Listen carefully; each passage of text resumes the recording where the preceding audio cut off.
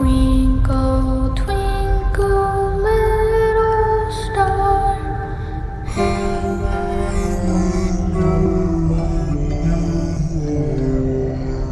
He's alive!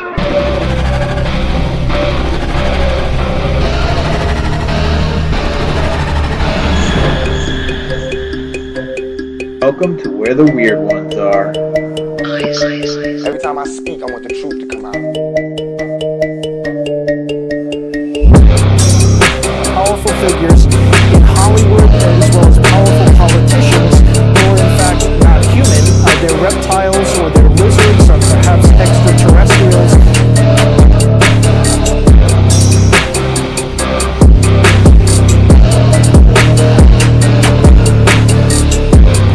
I don't think it is a human. I think it's a Sasquatch.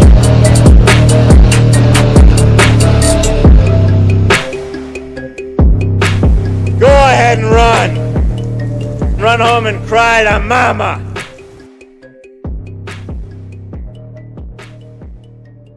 Let's get weird. Hey, what's going on, dudes and dudettes? This is Drewski from Cryptid Warfare and Conspiracies Podcast, and you're listening to Kevin on Where the Weird Ones Are. What's up, you fucking weirdos? Welcome to another episode of Where the Weird Ones Are. My name is Kevin, but you probably already knew that, and if you didn't, now you do. Today's episode is with Todd Cave. He is a fitness and wellness coach. If you're interested in, summer's pretty much here. If you're interested in, getting your body and your mind right, definitely hit him up. He can give you pointers, let you know things you can do with your diet and exercises and all that shit. He's good with that, and he also is really into researching, hidden truths and whatnot, and the things that we've been lied to about. We talk about Anunnaki, the Sumerian tablets, and shit today. And today's episode is actually really long. um, Todd had a lot of information to speak about, and I pretty much shut the fuck up the entire episode. I was really intrigued and interested in everything that he was saying, so I'm going to try and keep this intro a little short, so um, to not take away from Todd and the episode in its entirety. So, with that being said, 40 and Fest is coming up really quick. It's Saturday, June 8th, right here in Sanford, Maine. So, if you're in the area, please come on down. It's at the Memorial Gym. A lot of vendors, few speakers.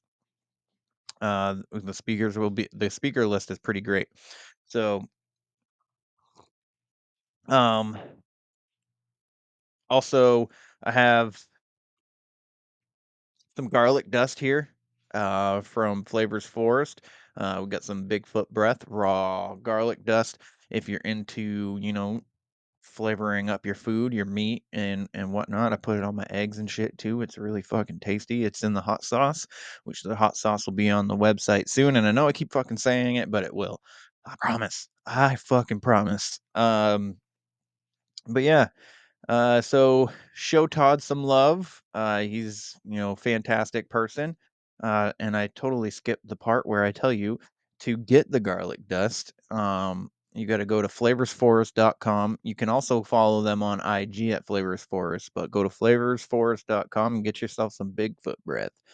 Um, it's really tasty. I love it. So, uh, anywho, please like, follow, share, subscribe, leave a rating and review. If you feel like being extremely kind, I would greatly appreciate it. You can also leave a rating and review on the website where the weird ones are podcast.com. The Patreon is up. Patreon.com/weirdos only. You get Conspiracy Tuesday, story time. You get a free coffee mug, a day or two early access the to the regular show. Um, and you might get a random fucking t-shirt if you're a Patreon member too. But if you don't want to do that, that's totally fine. A like, follow, and sharing and a subscribing is totally fine with me. Um, you know, I'm not here to gain a following or listenership. I'm here to have conversations that I want to have. So, with that being said, I'm really grateful that you are here and that you do listen. It means the world to me.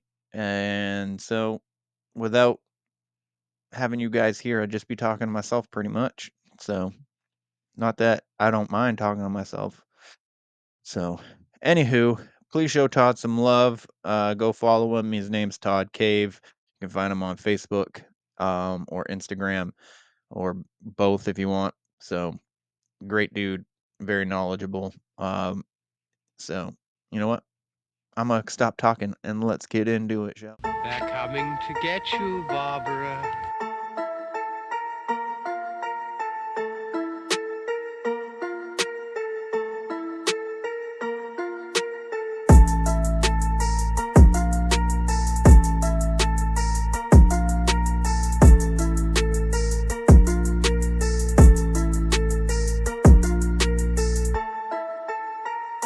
Let's get weird. Let's get weird. Let's get weird. Let's get weird. Weird. Get weird.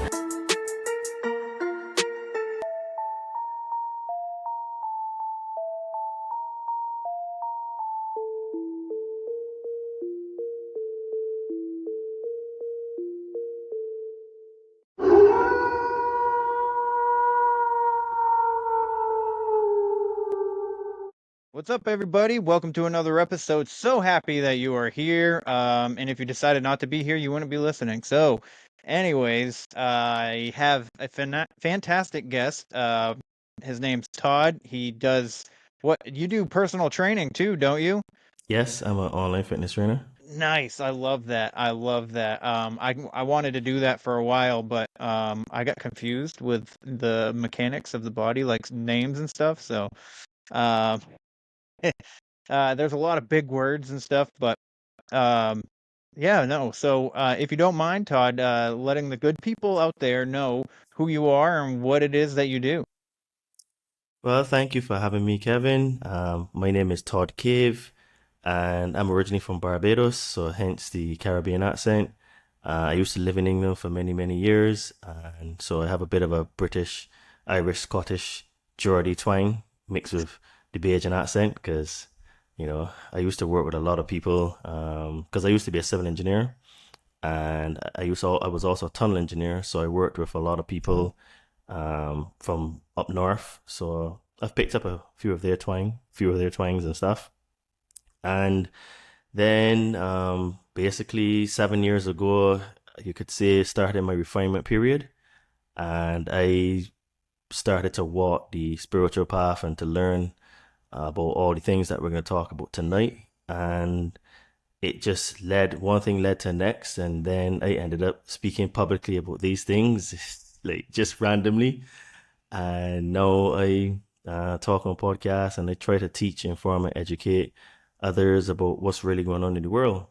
And if anyone is interested in hearing more about these things, like, because I do short clips and versions of these on my social media, and I'm also an online fitness trainer. So anyone that wants to get into shape and stuff, want to get a six pack for summer, or just wants to improve themselves holistically and stuff like that, you can find me on Instagram at Adriano_246 or Todd Cave, my name.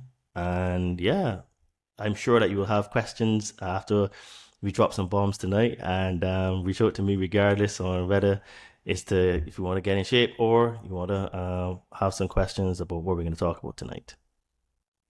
Absolutely. That's and if anybody's on my Instagram, you can definitely find him through mine as well, because I follow him as well. So if you, for whatever reason, can't find him, he's on my list. So and I'll also post about the episode too. So obviously he'll be tagged in it too. So anywho. So Todd, first of all, I would really like to know what started you on the path first off to the online fitness training for helping people out with that. Well, it was actually what happened is that I had surgery on my foot 7 years ago, and that is what basically started this entire process. Because I was living well, had a good job, traveling around the world, partying, enjoying myself, and then my life came to basically a halt. And I had surgery on my foot, and that changed everything. It caused a series of dominoes in my life to fall. And during that process, I was on crutches for 15 months, and I got really overweight, and had a bout of depression, and just feeling generally down and stuff. And excuse me, what happened is that one of my mates, he gave me two books to read.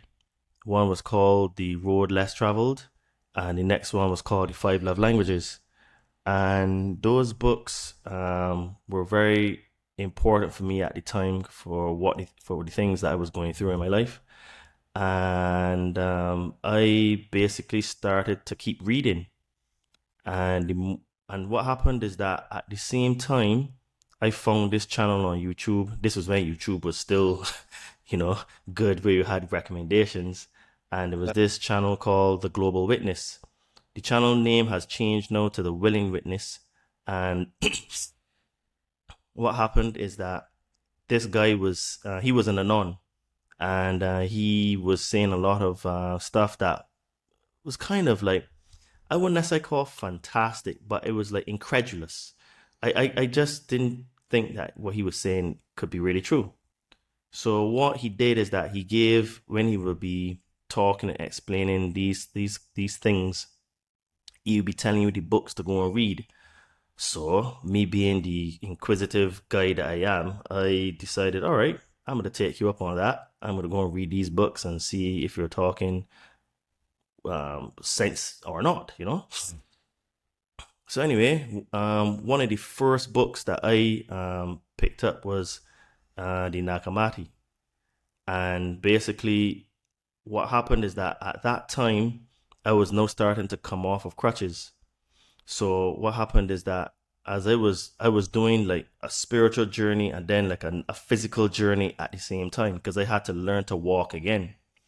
And what happened is that I had to change the way that I was training in order to keep in shape, because what happened is that I couldn't do more impact on my foot. So all the jumping and the skipping and the hopping and stuff I used to do, I couldn't do anymore to keep in shape.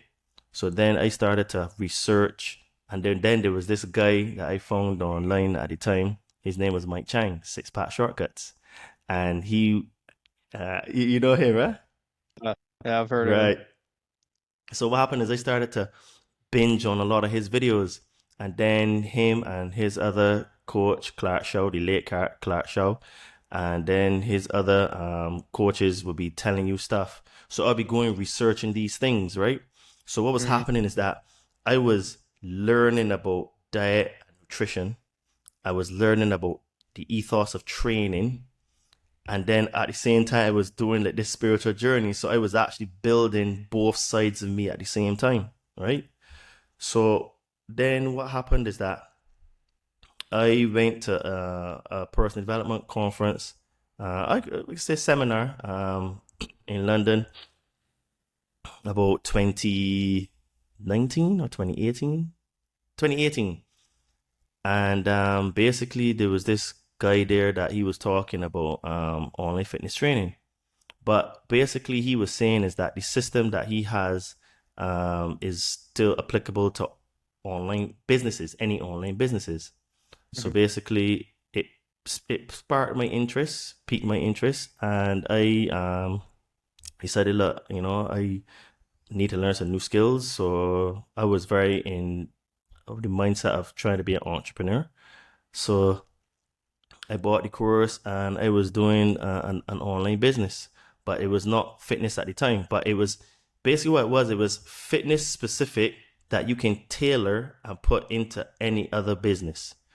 So what happened is that after that, then that business, because at the time I was trying to teach people cryptocurrency, and social media just wasn't having it. You talk about cryptocurrency, you just be heavily shadow banned.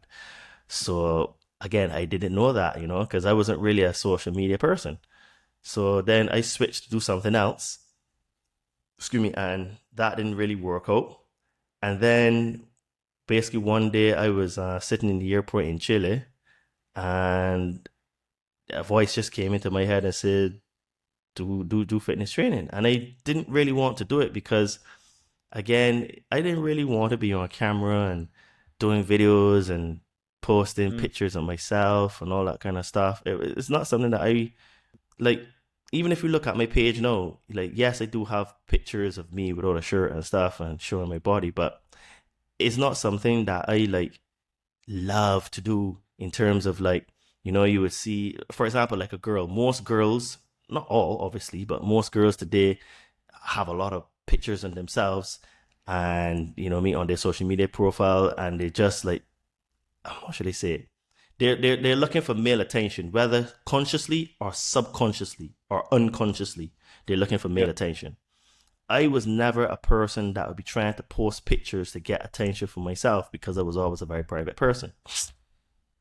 So anyway, I went back because I went back home, and I started to decide, okay, I can start to do the online fitness thing. And then I started to just, you know, re-listen to the videos and these calls again.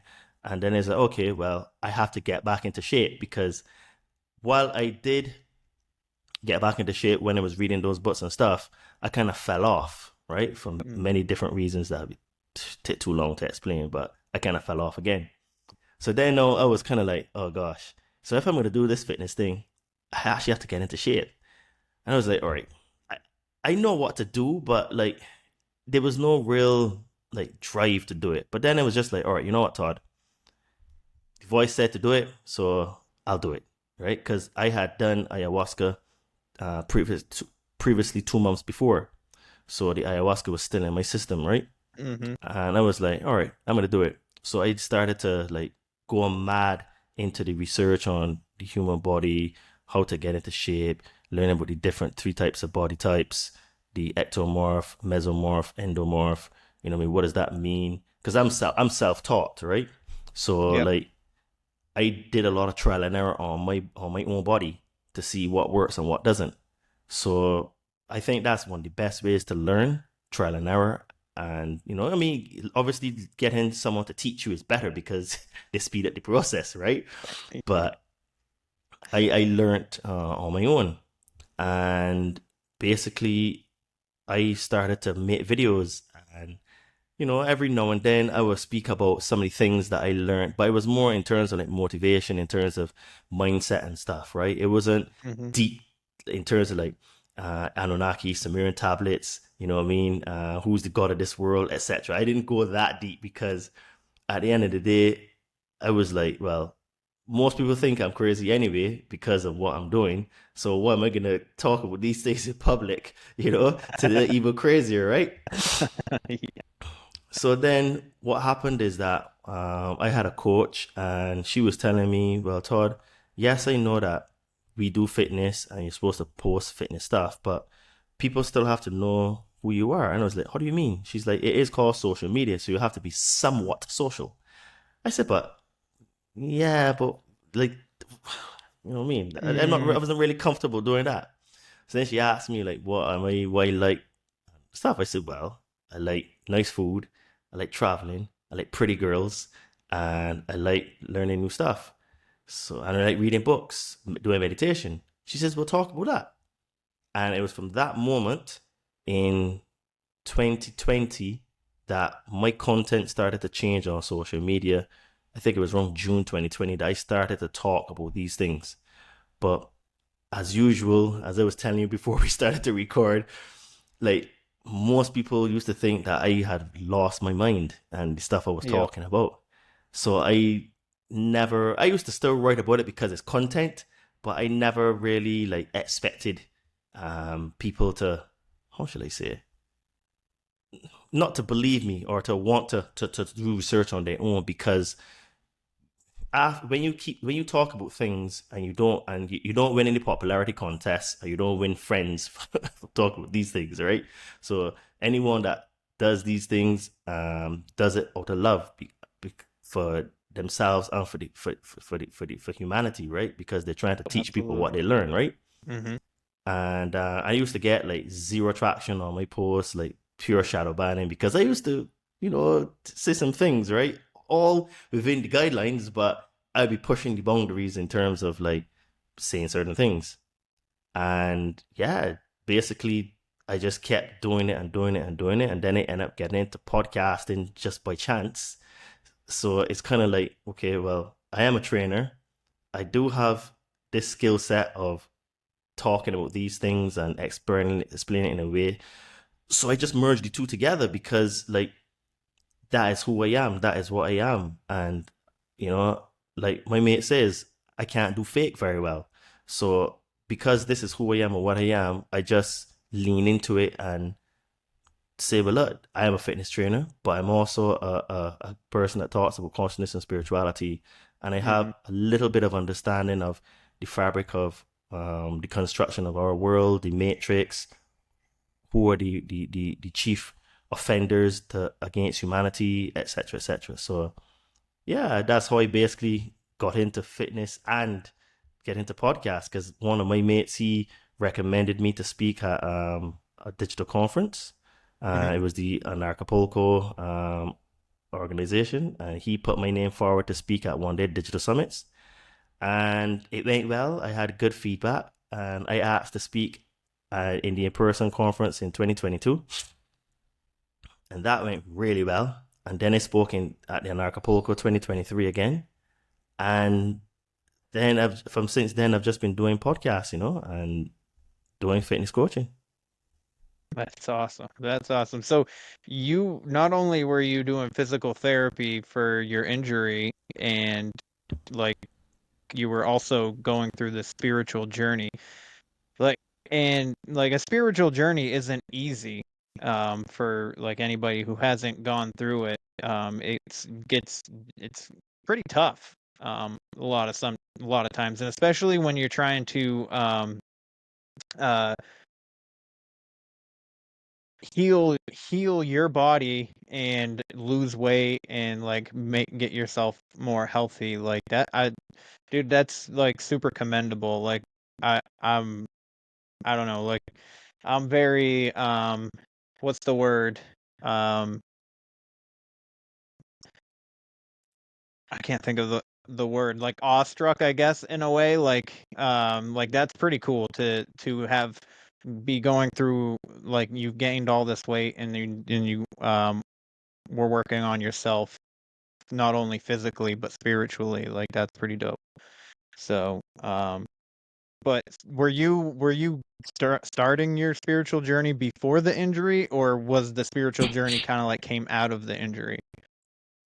Well, I had some wake-up calls. So I had a few moments in my life that were very profound in terms of me realizing certain things but not connecting many dots. So one of them was when I was a kid. I was about 10 years old. And at that time, my father was like searching for truth.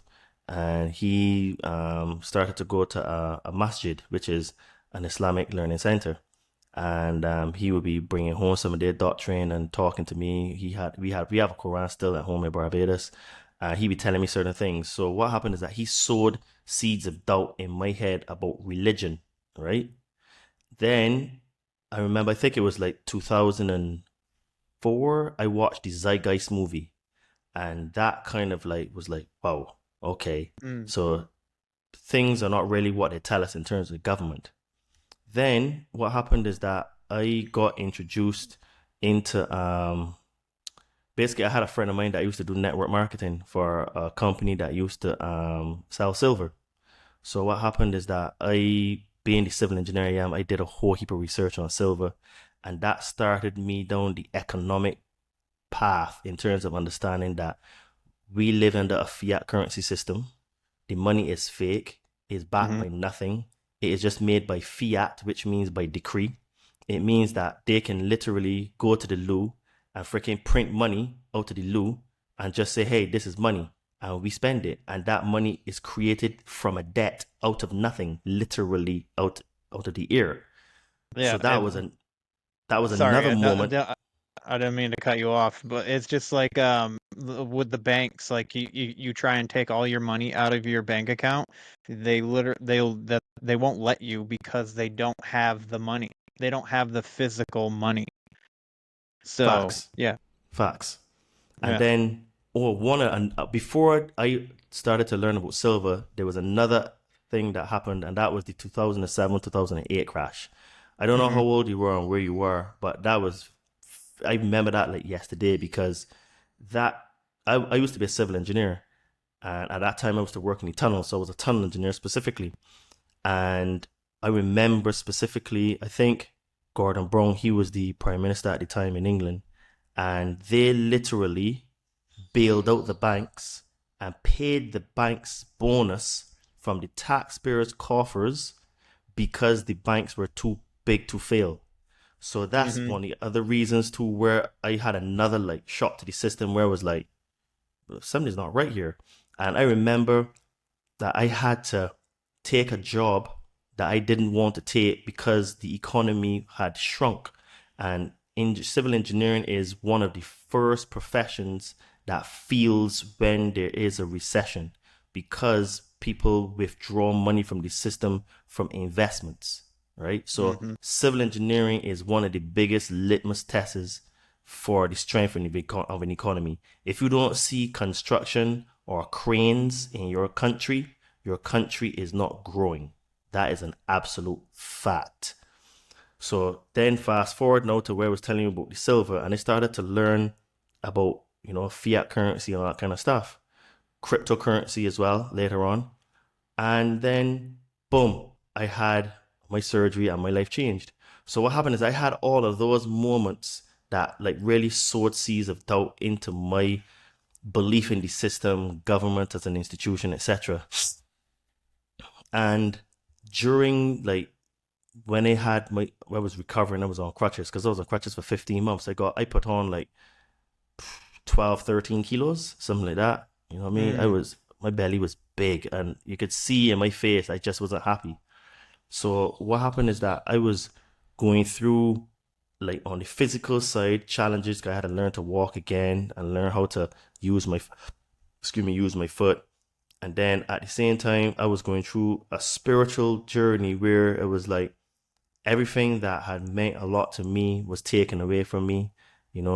Money, jobs, happiness, because I used to travel the world. Like, let's just say, like, I never had problems with girls, that kind of stuff.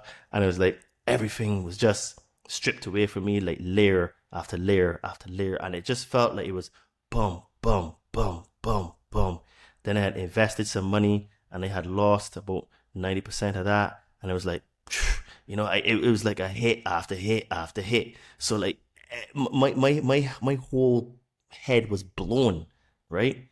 And that's when my mate gave me those 2 books.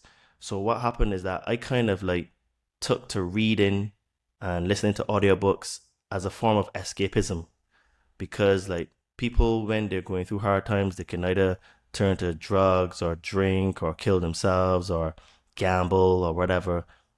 I just took to books, right? And the more I read, the more perturbed I was.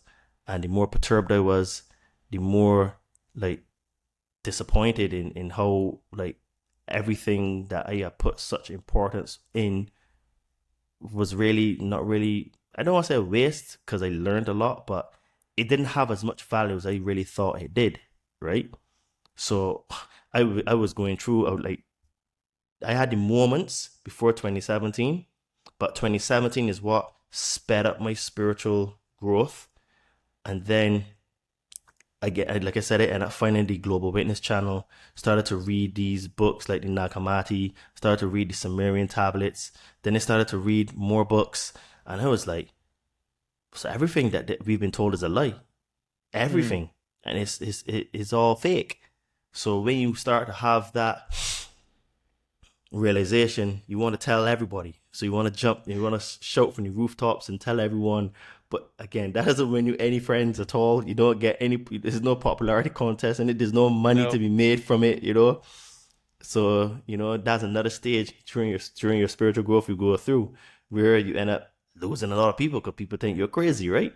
So, yeah, I've been through a lot, you know, and I'm still here. I'm still punching and I'm still doing what I like to do. And now I found this new love of doing podcasts and sharing my small bit of knowledge and experience to the world, you know, and hoping I can touch, move, and inspire some people to take out their cross and you know, and walk the path, you know, and die to their old selves, you know. Absolutely, absolutely. Well said. So I'd like to get into the Sumerian tablets, like, because I'm not 100% familiar with that. Um, I know a little bit, but you know, talk to me like I'm a child if you have to, you know what I mean? Just if you don't mind bringing us through that. Sure. So to do that, what I'm going to do, I'm going to preface that topic and going deep into this by asking 3 questions that we should all ask ourselves. Who are we? What are we? And where did we come from? Now, to answer these questions, we need to go back to the oldest records that we have, which are the Sumerian tablets, which are about 5,500 years old and were written in the oldest writing system called cuneiform. So they're around 3,000. So they're from around 3,200 to 3,400 BC. These are the oldest records that we have on Earth. Now, these documents, these records, because they're clay tablets, document events of up to 450,000 years ago and talk about a group of deities called the Anunnaki who appear to be what we call the fallen angels or the Nephilim in the Bible or the Watchers in the Book of Enoch. That's another good book, the Book of Enoch. So I love that book. On examination of the Sumerian tablets, the stories and tales found in the Bible and other religious texts appear to be mere copies of the original text with a few redactions. And there's a document that is really, really key to this whole tale. When I say tale, this whole story of humans. And it says, it's called the Sumerian Kings List. And it says, after the kingship descended from heaven, the kingship was in Eridu. Now, in reality, heaven really means the sky. And it's only in English that I know of that we have 2 words. So we have sky, which is what we see, and then we have heaven, which we perceive to be a place higher than the sky, some etheric, mytheric place where God is sitting on a throne with some staff with a long white beard ruling over us and telling us, if you don't follow me, I'm going to kill you, right? That's our perception of heaven. But in languages like Spanish, cielo is heaven and sky. In Portuguese, sky is céu and heaven is céu. Italian is the same thing, the same one word, right? So it's only in English that we don't have that ability to connect with the concept. When we're talking about heaven, we're just really meaning the sky, right? So it says, again, after the kingship descended from heaven, the kingship was in Eridu. Now, Eridu is in present-day southern Iraq, and at the time was in a place called Mesopotamia. Now, basically, in that region of Mesopotamia, you have 2 rivers. There's a place called Sumer. So Sumer has on both sides, you have the Euphrates, the Tigris River and the Euphrates. And these meander close to each other, and they go from the Zagros Mountains all the way, and they have other cities that have been scattered, like Babylon and Elam and stuff. So this entire region is called Mesopotamia, right? Now, when you go further southeast, you actually have a place in the Middle East where which is Canaan, which is basically Lebanon as well. And then you have the River Nile on the west of that, So that entire area is called the Fertile Crescent. Now, that's really important because where there's water, there can have a civilization. When you have a civilization, it means you have people. So when these deities, as they call themselves, deities, came to Earth, they mostly set up their bases around water courses. So this is why the River Nile and Sumeria, or Mesopotamia, better said. So, and these areas are all connected because when you come out of Mesopotamia, you have the Mediterranean Sea, and then when you come down, you have the River Nile. So they always believe, because where you have water, there's life. Where there's life, there's civilization. Where there's civilization, there are people. Where there are people, you have trade, right? So this is one of the things that's really important. So on these tablets, we have a group of people that here we call the eight. They call them the 8 immortal kings, and these kings ruled for a total of 241,200 years. And the first king was called Alulim. He ruled for 28,800 years, and the Anunnaki used to track time by what they call a shar. So it's spelled S-A-R, but it's pronounced shar. And this would be the elliptical movement of their planet Nibiru around the sun.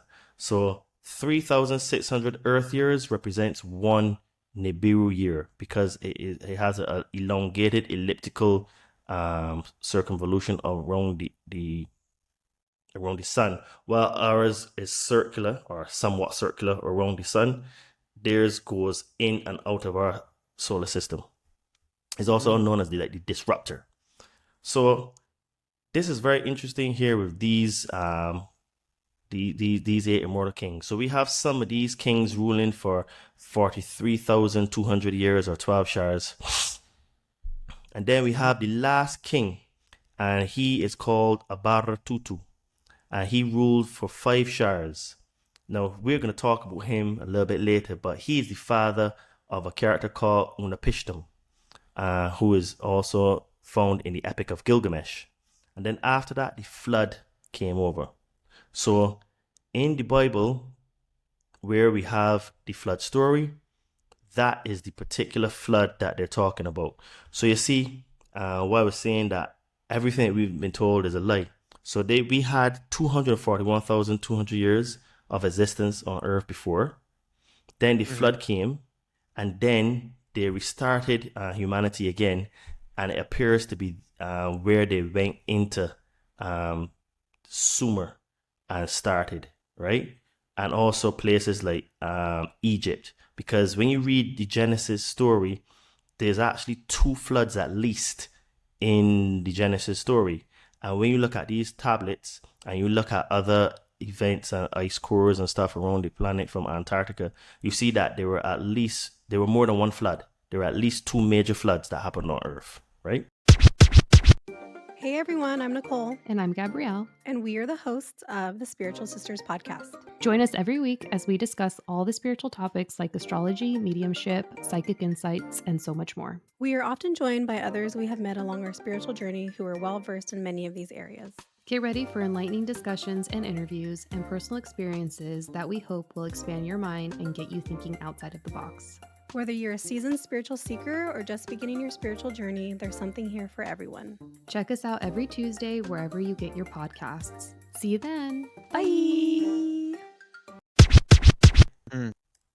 So, no, I had mentioned a term before called the Anunnaki. So we're going to talk about the Anunnaki a little bit. So according to the Sumerian tablets, the Anunnaki are a group of deities of the ancient Sumerians, Akkadians, Assyrians, and Babylonians, and they came from the planet called Nibiru, as I had mentioned prior. Now, some of the main deities were Enlil, who was the Lord of the Air / Lord of Command, and Enki, who was also the Lord of Earth.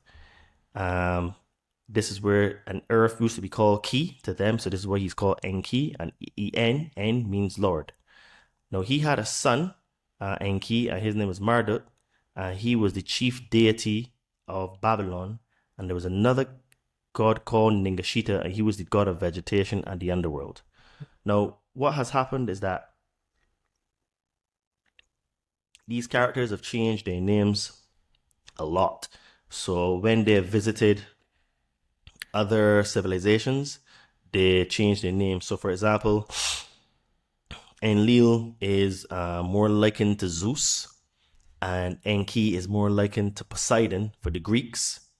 And he was also, Enki is known to be Ptah, because in Egyptian the word Ptah means Enki. So Oh, no shit.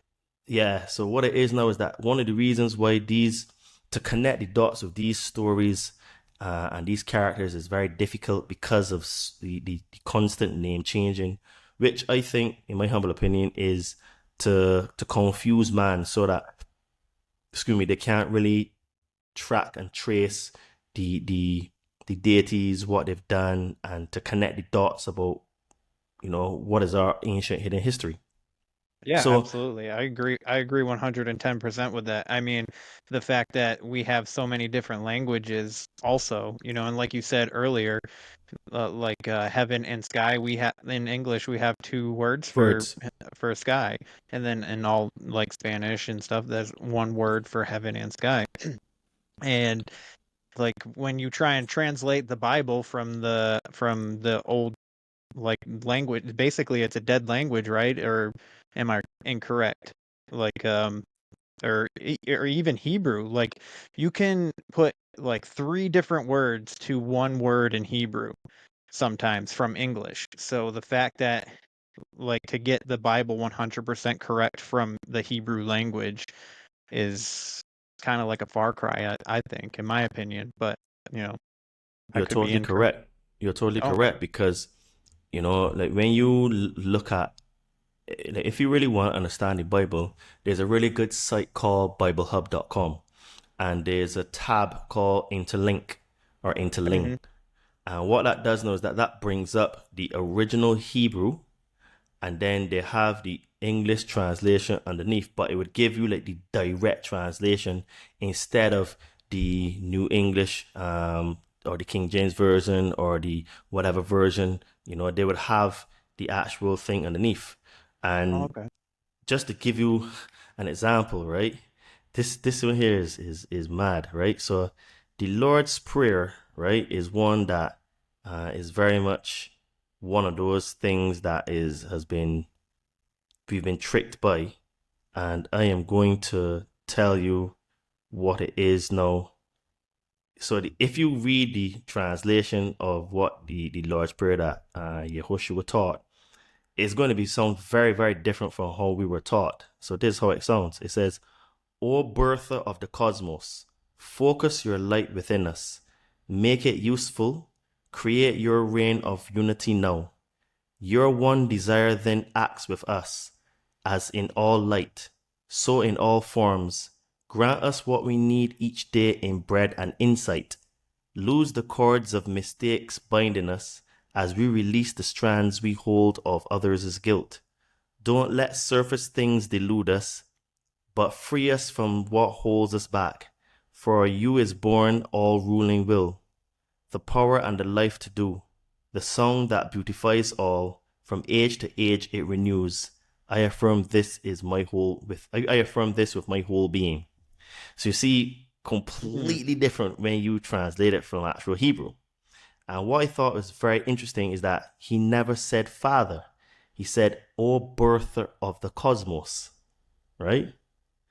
And what has happened is that there was a bait and switch when they changed it. So the word that Yehoshua, who became the Christ, actually used, the word was Abwoon, Abwoon, which means source or birther, right? And not Abba. So Abba was the bait and switch, where you'd be calling father. But this is in veneration to the father god Zeus, which was for the Greeks. Because don't forget, the Romans are the ones that conquered the Greeks, and they absorbed a lot of their philosophies and doctrines and stuff. So they're actually quite related. Because what the Romans did is they just absorbed people's cultures. So what has happened is that the Bible was actually written in Greek and Hebrew. So what happens is that when it goes from one language to the next, this is where you get the change, and then it goes to Latin, and then from Latin to English. So what has happened is that through all these translations and transliterations, it has caused a lot of confusion in words. So he never said the word Abba. It was actually Abun. So this is why, even the word amen, when we say amen, well, Christ never said amen, but amen comes from Marduk. He was known as Amun-Ra for the Greeks, for the Egyptians.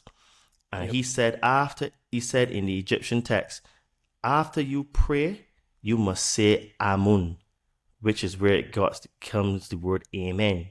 So every time you're praying and you're saying amen, you're actually giving veneration to Amun-Ra, Marduk, which is an extraterrestrial god.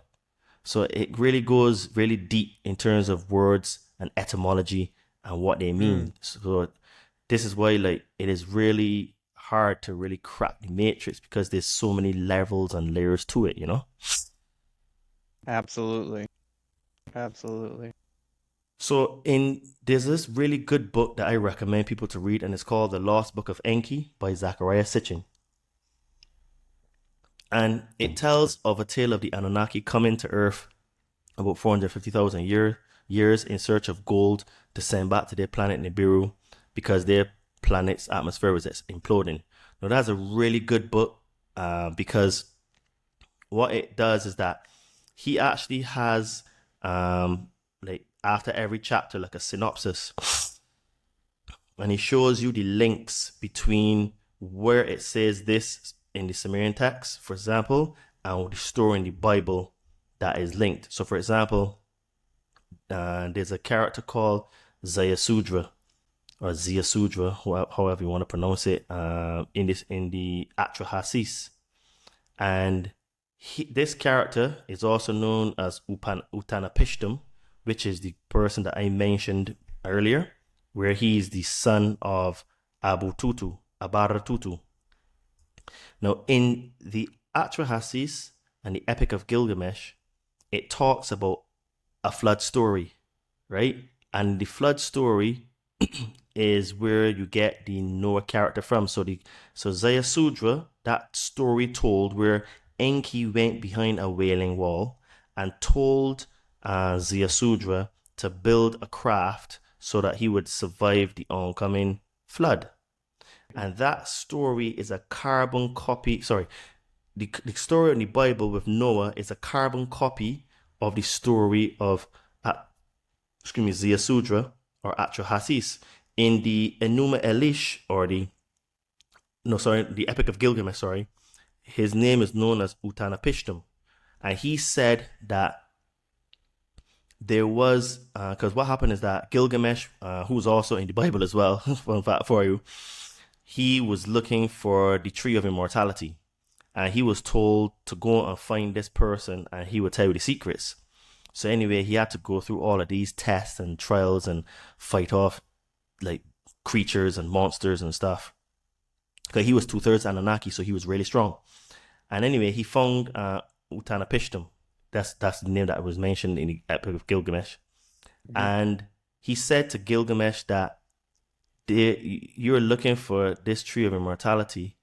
And he asked him, but who are you? He says, I have been around for a lot longer than you. And basically, I am from a time where he actually says where he's from. He says, I am from a place called Sharupak. Now, Sharupak was actually discovered in 1931 by German and American scientists, or archaeologists, better word to use. And they found Sharupak after digging about 60 or 70 feet under the surface, right? And they found 3 layers of strata that were very distinct. The first 2 layers were from civilizations that were not very, very advanced. And the third layer, which was probably another 30 or 40 feet below where they had excavated, because they almost gave up, then they found Sharupak. Now, reason why I mentioned that is that Shurupak is an actual place. And basically, Ubara Tutu, he was the king for 18,600 years in Shurupak. So for people that would like to come and say, but Todd, all the things you're saying, yeah, they're just myth.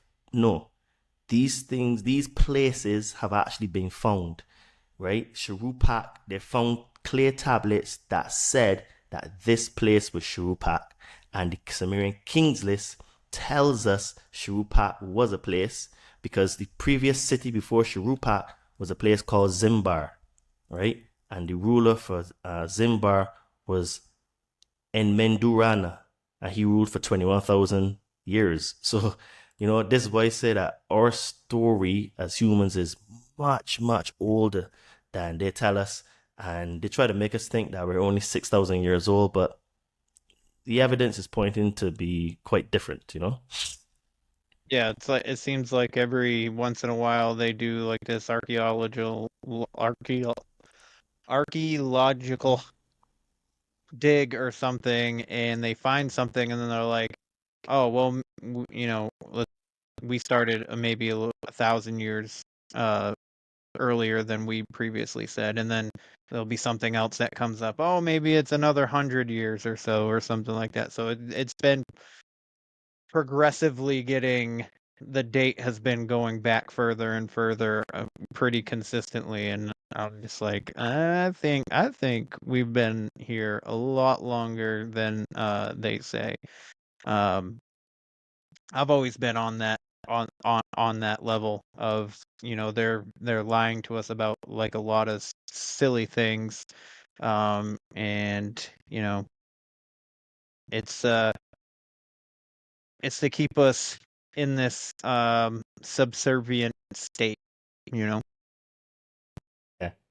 Yeah, and even to confirm your point, so they're telling us that the Sphinx is probably like 6,000 years old and what's not. But when you look at the base of the Sphinx, you see that on the base it is clear weathering from water. Now, which yes. means that you had to have had water levels to be that high. Because don't forget, where Egypt is now is total desert, which means that they had water before, which means they had to have elevated sea levels. And the only way to get weathering like that was to have a bit of a catastrophic event. And we do know that the Younger Dryas happened about 12,000 years ago. Mm-hmm. So, for the Sphinx to be weathered by an event, which we know from history, the last main event was the Younger Dryas, which was the last ice age, and when all the polar caps melted and stuff, that means that the Sphinx had to have been in existence before the ice age. So, because no one's going to be building a monument or building or doing anything in an ice age like that, right? Mm-hmm. No, when you look at the Sphinx is actually aligned to Leo. So when you actually take the cosmological clock, because we can do it with computer software now, and go backwards in time, when the Sphinx would have been in alignment to Leo, we're talking about 38,000 years ago, right? Which means then that it, like I said, it even further confirms what you're saying, because you can't have a building being done during an ice age. And we know that the pyramids in Giza are aligned to Orion. We know that the pyramids in Mexico and the pyramids in China are all aligned to Orion.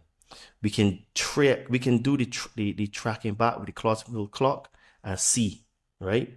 Now the Sphinx is one that's out. So if it was actually it was not even a head, it was actually a lion to begin with. And we know that they would take star signs and we call it the zoological, the different houses in the theory. We have Sagittarius, Leo, etc. The zodiac, the different houses of the zodiac, astrological signs. Yes. Yeah. So we know that they would do alignments to certain star systems and clusters, etc. Right? So when you look back, we're talking at least that was when the alignment happened 38,000 years ago, which means that we don't know how long it took them to build, but it was built. And the thing about that is that looks like it was one stone that was just carved out, like one homogeneous piece of stone. So we don't even have the technology now to take a stone and carve it out like that, right? Yeah, So they want us to think that, all these buildings and, stuff like the Sphinx and the pyramids were built by like horse and buggy and like rigs of ropes and stuff like that and put on rollers. And I'm just like, you know what? That doesn't make any sense. Like literally the pyramids would have taken, I mean, they say like, the pyramids took, years to make. Why would they do that? Why would they spend like most of their lives building these pyramids?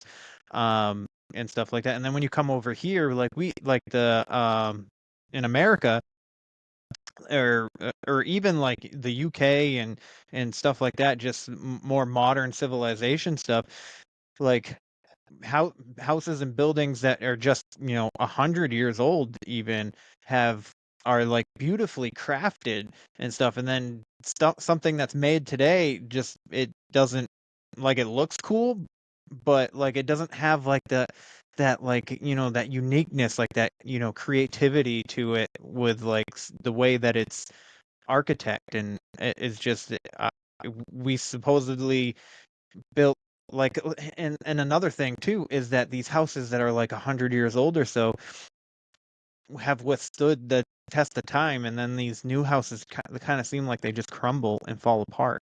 You know what I mean? So to like have I don't know, it doesn't make, to me, it doesn't make any sense. I think that we were more advanced. I think us as a race, we were more advanced than they like to tell us. absolutely, and the reason why they have hidden and stolen all of this knowledge from us is because they wanted to make us a slave race. And I'm going to get into that tonight, and I'm going to drop some, some connect some dots for people. So, all right. Basically, the Anunnaki, when they came on Earth and they discovered that Earth was full of minerals and gold and stuff like that, they decided, okay, they're gonna try to extract the resources.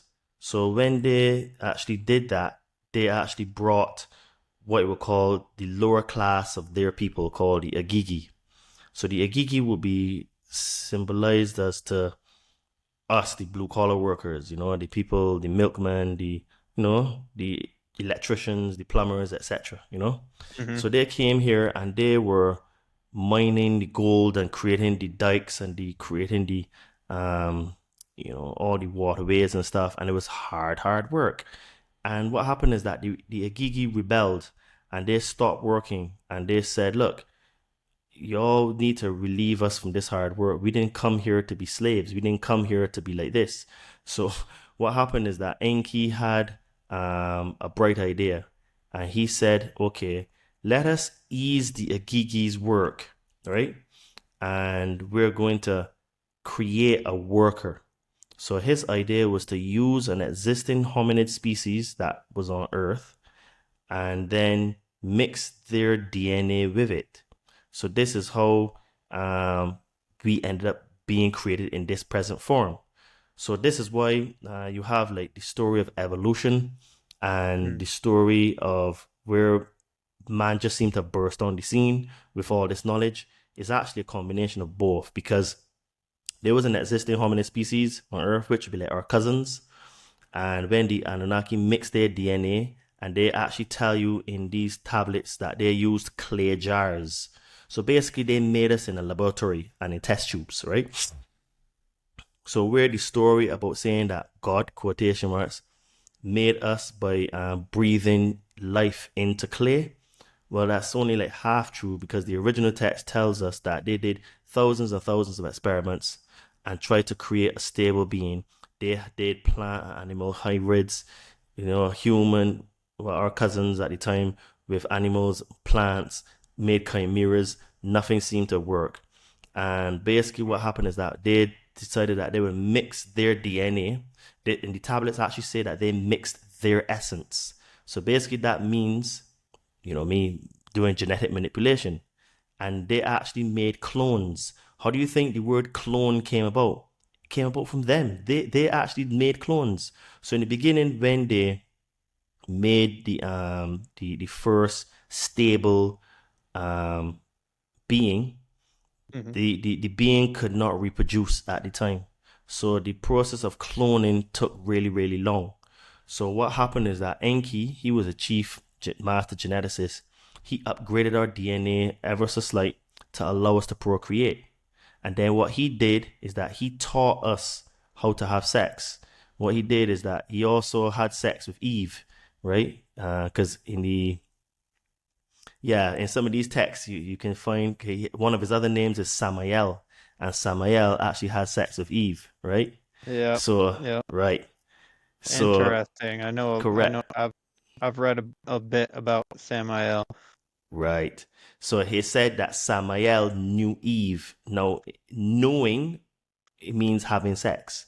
So he taught her how to have sex, and then that's how she and Adam were able to procreate. But one of the things that has been also a bit of a trick is that Adam or Adama or the Adapa only really means first man, right? Now, listen to this. Think about it. According to the Bible story, God made Adam and Eve. And then when they broke the rules and they ate from the tree of knowledge of good and evil, God expelled them. So if God expelled them, then that means then that there would only be two of them, right? So when Cain killed Abel, and Cain said to God, but if you banish me, and I leave from here, then those out there are going to kill me. Think about it. If Adam and Eve had two sons only, two boys according to the Bible narrative, how can they have people outside that would kill or try to kill Cain? Doesn't make sense, right? No, I don't. Let's take it another level down. When God was, and this is in the Bible, walking in the Garden of Eden, and he was looking for Adam. Let me say that again. As God was walking in the Garden of Eden. So, God is supposed to be a spirit, right? How can God be walking? And if God is all-knowing, omnipotent, and all-powerful, he would have known automatically where Adam was. Right? He wouldn't need to come and say, Adam, where are you? He would say, Adam, you're behind that bush. Come here. I want to see you. Right? These are questions that people don't ask about the creation story, right? Because we're just told to believe this, don't ask questions, and that's what it is, right? Yep. So, getting back to the story here now. So after they, so what they did is that it was Ningashita, who I mentioned before. His other name is Thoth. And Ninhursag, she was the chief medical officer. And between the three of them, they did a lot of experiments with clonation, as I said. So what happened is that when they mixed their DNA with us, they were able to create a stable being. So this is where the story in the Bible comes from, where it says, and Elohim said, let us make man in our own image. Now, Elohim, El means God in Hebrew, and I am is plural, like how we say boy, boys, S. So I am is boys. So there's plural. So a lot of Christians would like to come and say, well, God is just talking about himself in the triune way because he's God the Father, God the Son, God the Holy Spirit. Well, again, it means, in actual fact, the proper translation of Elohim means the mighty ones, the powerful ones, or the judges. And a less accurate translation is the gods. But that would still be in line with the judges, the powerful ones, the mighty ones, etc. And they were plural. So the Sumerian Plural, tablets yeah. say that there were three of them: Ningashida, Ninhursag, and Enki. So this is where it says, and the gods said, let us make man in our own image, right? Again, you have to understand the etymology and the meaning of words. So basically, my point is that the first Homo sapiens were made in test tubes because they were of Anunnaki DNA, which is why the Sumerian kings, in the Sumerian kings list, lived for so many years. Because remember, we had Alulim. He ruled for 18,600 years. So what happened is that because those beings were of pure Anunnaki DNA, they had longer lifespans. Now, there is a tablet called the Myth of Adapa. And in the Myth of Adapa, and Adapa just means first man, right? Enki tells Adapa that he was the best of the Anunnaki. He says, I created you to be the best of the Anunnaki, to be the best of us. So it means then that at that time we were such of a high level of consciousness, or potential, I should say, that we could surpass them. Now, this is where we have two stories. It's in the Quran, it's in the Bible, and it's also in the Book of Enoch. And it says that the fallen angels were supposed to bow and worship Adam, right? Now, Adapa really means Adam. And Enki said that he made Adapa to be the best of the Anunnaki, which means that he had the potential to supersede even all of them, right? In terms of knowledge, consciousness, and ability. So this is why there has been a concerted effort to dumb down humanity and to make us really, really stupid. This is one of the reasons why after the flood, there was some genetic manipulation done again on humans, because they had to reseed humans, because like the majority of humans died, and they capped our telomeres and they fused chromosome 2 together.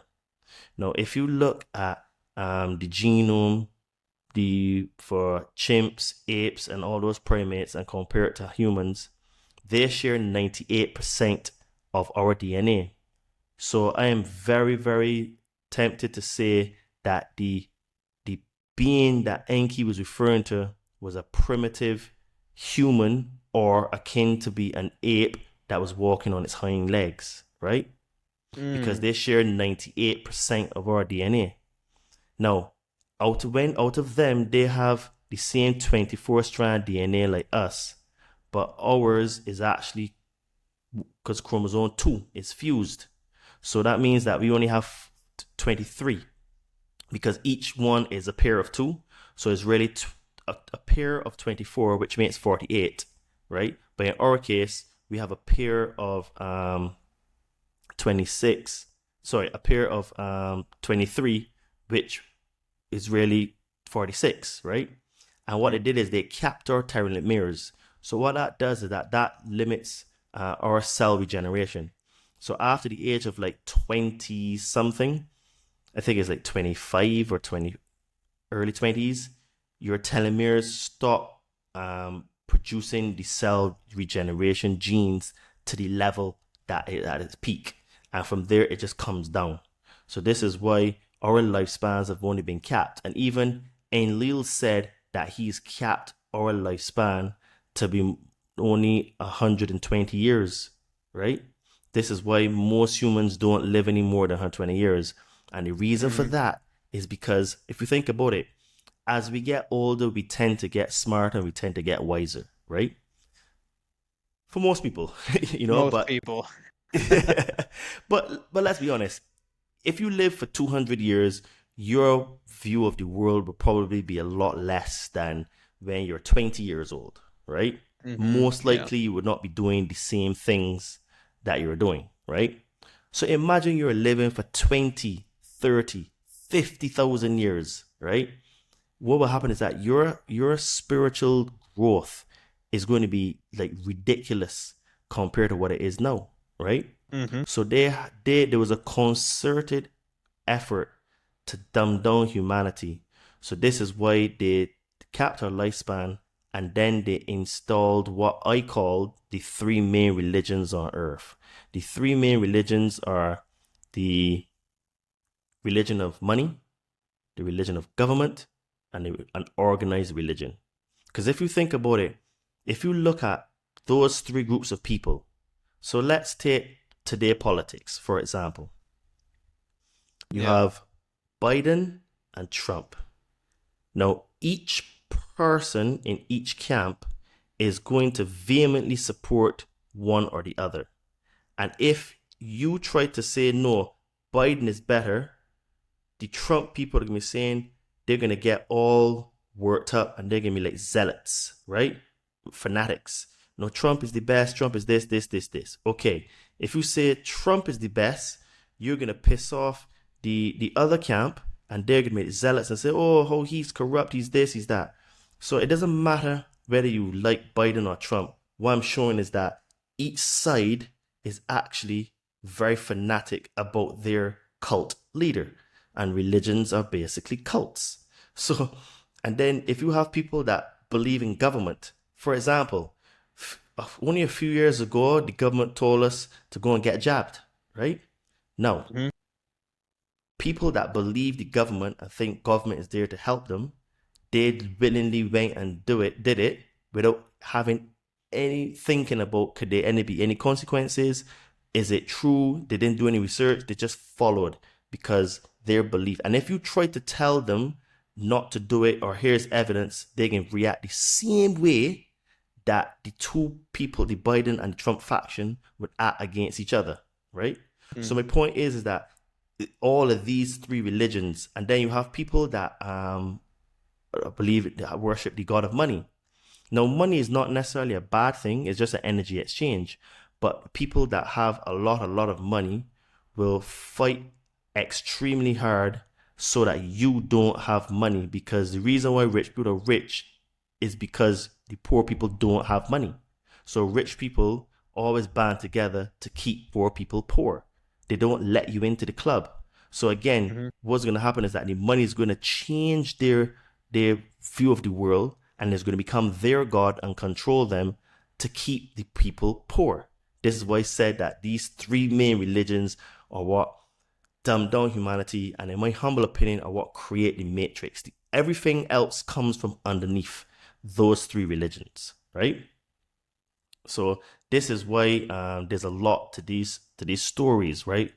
This is why I take time to go through the Anunnaki and explain to people where we're coming from, right?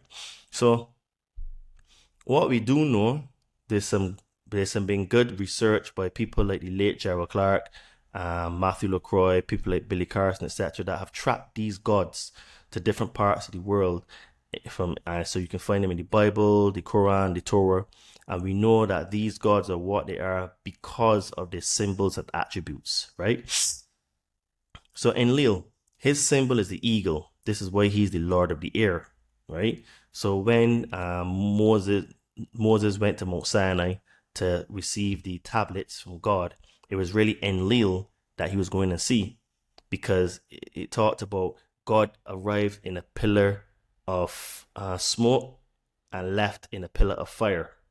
Now, that's what a spaceship would do. And when it's descending, you would see all the dust and everything coming up from the floor. So it would look like smoke. Don't forget, we're talking about people that wouldn't have the vocabulary to describe what they're seeing, right? Right. And then when the spaceship is going to take off, you would see probably some fire from underneath, and then you would say he left in a pillar of fire, right? So there's a lot to these stories that, needs to be connected, right? Absolutely. So Enki, like I was saying, he was the serpent in the Genesis story, but he was also represented by the fish or the goat. Now, the reason why he was known as the serpent in the Garden of Eden is because in all of our ancient cultures, the serpent represents the giver of consciousness. So here it is now, Enki, while he did give Eve and Adam consciousness, he also, and Enlil hated him because of what he did. He flipped the narrative to say, hey, look, the serpent is actually the deceiver. He deceived Eve into eating the apple. You know, even when I was a kid, that story never really made sense to me. You know, like, they've had two trees, but no one ever talks about the tree of life and death, right? They always talk about the tree of good and evil, right? Yeah.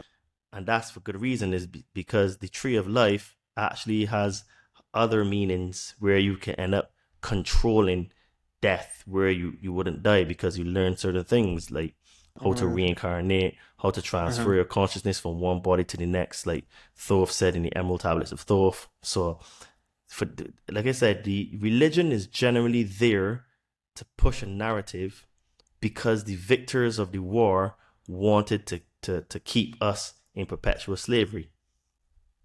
Excuse me, this is why history is known as his story, because the victors are the ones that write the story and tell it to us and push a narrative, so we don't really know what is what, you know? Because if you think about it, most religions were brought to and given to people in the form of conquerors and used as a means to control their mind. So my main point here is that if you are a child of God and you are a part of God, in your imagination, you have to look like God. So when you accept the deity that's given to you by the conquerors, you become a spiritual prisoner to that deity and to the conquerors that brought the religion to you, right? Christianity was spread through violence. Islam was spread through violence, you know? And then Judaism is a part of that whole Abrahamic faith. You know what I mean? Everything that they did was through violence, right? So, you know, we have to ask ourselves, which God, when we say the word God, are we talking about? Because that's actually a deeper even topic, which hopefully we can get into today as well. Yeah. And so the other character that is in the Anunnaki pantheon is called Marduk. I had mentioned him earlier. His prominent symbol is the bull or the bull calf. He is found in the Bible. He is also known as Bel, B-E-L, because in Hebrew, Bel means Lord. Baal, which means the same thing, or Baal. Beelzebub. He's also known as Moloch. He's also known as Huitztepotl for the Aztecs. So, you know, and when Moses had went to Mount Sinai to come down to get the tablets from God, which is really Enlil, and he came back down. Can you remember what the Hebrews were doing? I don't. No. They were worshiping a golden calf. Oh, yes. Yeah, okay. Yeah. Right. So that calf was the representation of Marduk. Because what appears to happen is that all of these Anunnaki gods created their own religions or their own cults. Because cults and religions are the same thing for me. Yeah. And what they would try to do is try to infiltrate each other's cult through the back door. Right? So this is why I said that Amun-Ra said that say Amun after you say all your prayers so that he could get some sort of veneration, right? When Moses went to Mount Sinai and came back down and the Hebrews were worshipping the golden calf, it was actually Marduk that they were worshipping because Moses had gone and he decided, hey, I'm going to come in here and, you know, get some free energy, because what it looks like to me is that all of these beings seem to be energy vampires and they're always after our energy. So they do all these things to make us give it to them, either through some sort of sacrifice, some sort of a ritual, a prayer, or venerating them through the back door, like how they did with Amen, right? And Then Thoth, he was another character. I should say Ningashida, but he was known as Thoth, who was the god of wisdom in Egypt, and he was also known as the plumed serpent in Mesoamerica and South America. And he was also known as Quetzalcoatl, Kukulkan, and some information shows that he was also Buddha as well. And Nanasin, he was the god of the moon. He was the moon god of Ur. He is actually the god that the Muslims worship, Allah. And we know that because the cult from Ur went down into Saudi Arabia, went to the Nabateans. And there's a really good channel on YouTube called Sira International. And I knew this, but they show you the actual receipts to show you how they've tracked this god. And they actually tell you that Nana Sin he was the god of Ur, and the cult that he had went down south into Arabia, and the Nabateans ended up worshipping this god. So even the Muslims are very much lost in terms of what they do, because a lot of the practices that Muslims do, they don't even know why they do them. So for example, there's something called when they go to Hajj. Hajj was actually a pagan ritual that the Nabateans used to do before. And during Hajj, they would circumvolute the Kaaba stone, and they used to worship stones as well, the Nabateans. They would circumvolute the Kaaba 7 times, 2 times really quickly and 5 times slowly, right? The Muslims do that exactly to today. Then, then the Nabateans, they used to worship, and in Islam they call them the polytheists, which means worshiping more than one god. They used to worship stones, and there's even in a hadith where I think it was Umar, he was saying that I know that I shouldn't. I'm paraphrasing, right? But this is basically saying, if it weren't for Muhammad, I would not be basically giving veneration to this stone. But because the Prophet Muhammad did it, I am going to do it. Now, the veneration of stones came from the polytheists, and when Islam adopted some of these practices, right, they put stone worship through the back door, which is why all Muslims bow and they face the Kaaba. So all Muslims would have, they would have in their house a bit of a compass or something that will show them the direction where the Kaaba is. So they always point and pray to the stone. Now, Muslims will tell you that they are just having oneness, but think about it. If you're facing the direction of a stone, and when you're bowing and subjugating yourself and putting your head on the floor and coming back up, and you're facing the stone, if it walks like a duck and quacks like a duck and sounds like a duck, it must be a duck.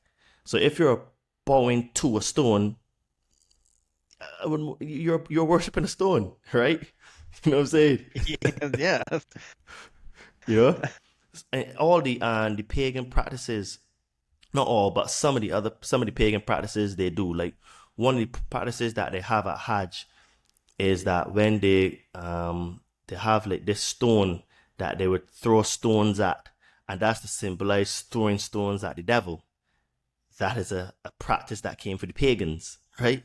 So again, Islam has a lot of pagan practices, and Islam is one of the strongest religions for brainwashing, where people physically get violent and want to kill you when you push back against their religion, because it's basically a death cult, right? And yeah, I would say Christianity is kind of like would be like a close second, or if not like very very similar. I mean, because like you said, like with the pagan practices, I mean, you got like Christmas, that's a pagan thing. Easter's a pagan thing, and stuff like that. And they get if you question them, a lot of them, not all of them, like the ones that follow organized religion I would say would be more apt to be like, how dare you question my God? But the ones that are like just are like, I know that there's something greater than myself, and I feel like the Bible is, a real thing and whatnot.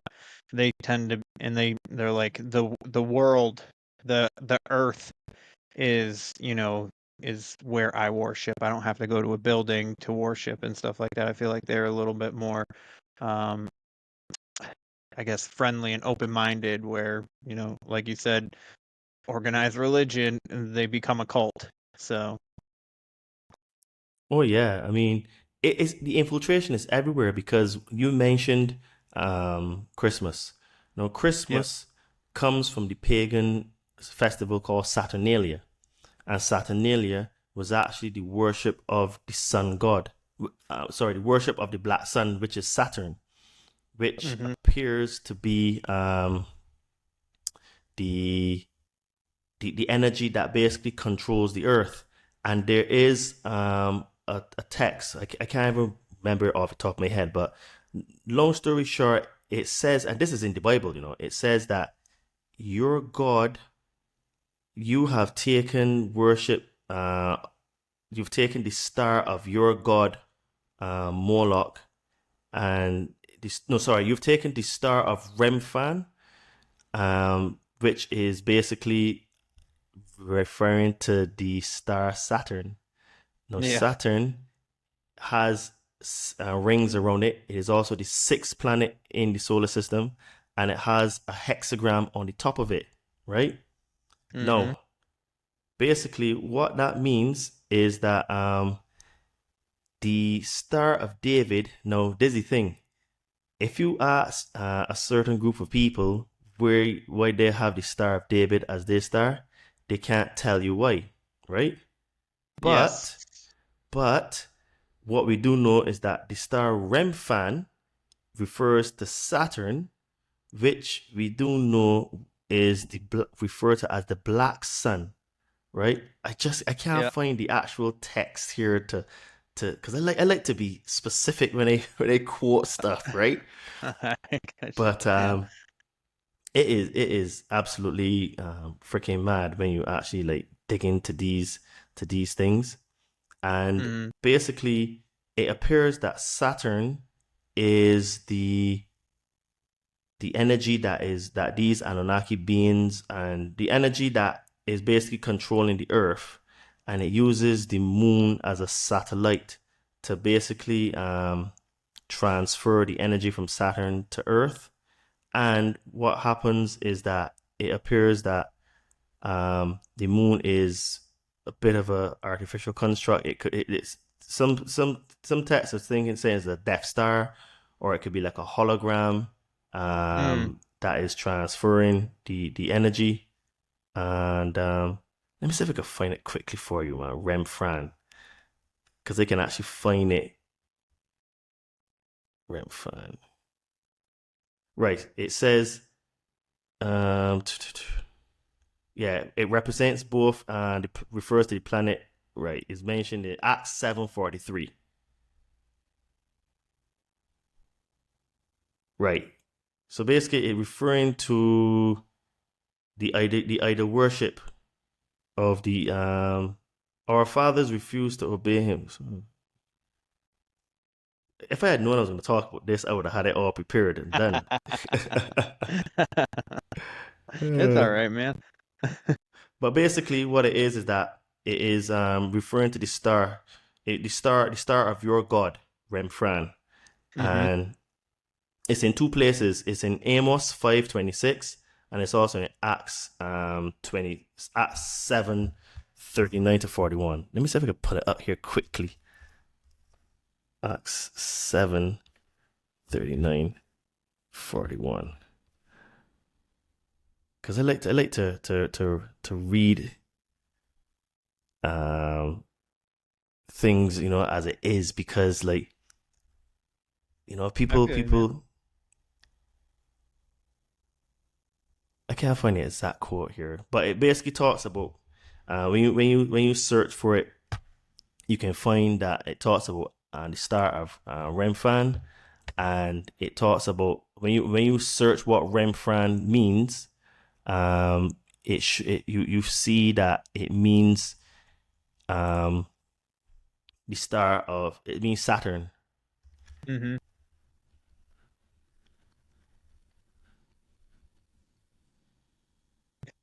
Okay, I got it. Ye took up the tabernacle of Moloch. Now, Moloch is actually another name for Marduk. And the star of your god Remphan, Remphan, right? Uh-huh. Figures which ye made to worship them, and it will carry you all away from Babylon. You also see it in Amos 5:26, right? So what I'm saying is that a lot of stuff is actually there for you to find, but you have to know how to search, how to connect the dots, right? So let's see if we can find it here in English.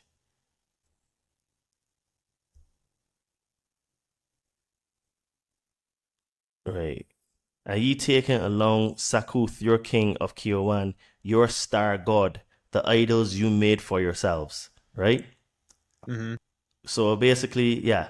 So you see, it even talks about, there's another one here that talks about, but ye were born the tabernacle of your Moloch, and Chion your images, the star of your god, which ye made for yourselves. So, there are quite a few references. So it's Amos 5:26, and then the next one is, yeah, that's what it is, Amos 5:26. And then the next one is Acts 7:43, right? Yeah, good thing we got good internet, because I was even thinking about talking about that. But there you go. You can Awesome. check that out. Yeah, that was actually something that I have never spoken about on online before. So got a bit of a exclusive here, my friend. Dope. I like that. Right. So why the stream disappeared? Okay, here we go. Too many tabs open, that's why. I would be upset with myself if I deterred you from your main talking points. No, thanks, man. So yeah, you see, as I was saying, these Anunnaki gods, they change their names a lot. So this is why, and I think it has been deliberately done to confuse us, which is why most people who follow any religion don't know they're worshiping extraterrestrial gods. So I'm going to give some of the names for people. I mentioned some before, but so Enlil is also, one of his names is Yahweh. Another one is Jehovah, Amaru, Ashur, El Shaddai. Enki was also Poseidon, Neptune, Ahura Mazda for the Zoroastrians, Ea, Samael, Ptah, Nudimmud. Bel is, Marduk is Bel or Baal, Moloch, Ra, Amun-Ra, Horus, or Huitztlopochtli. Thoth was known as Ningishida, Melchizedek, Hermes, Buddha, Quetzalcoatl, Kukulkan, and Vedakosha.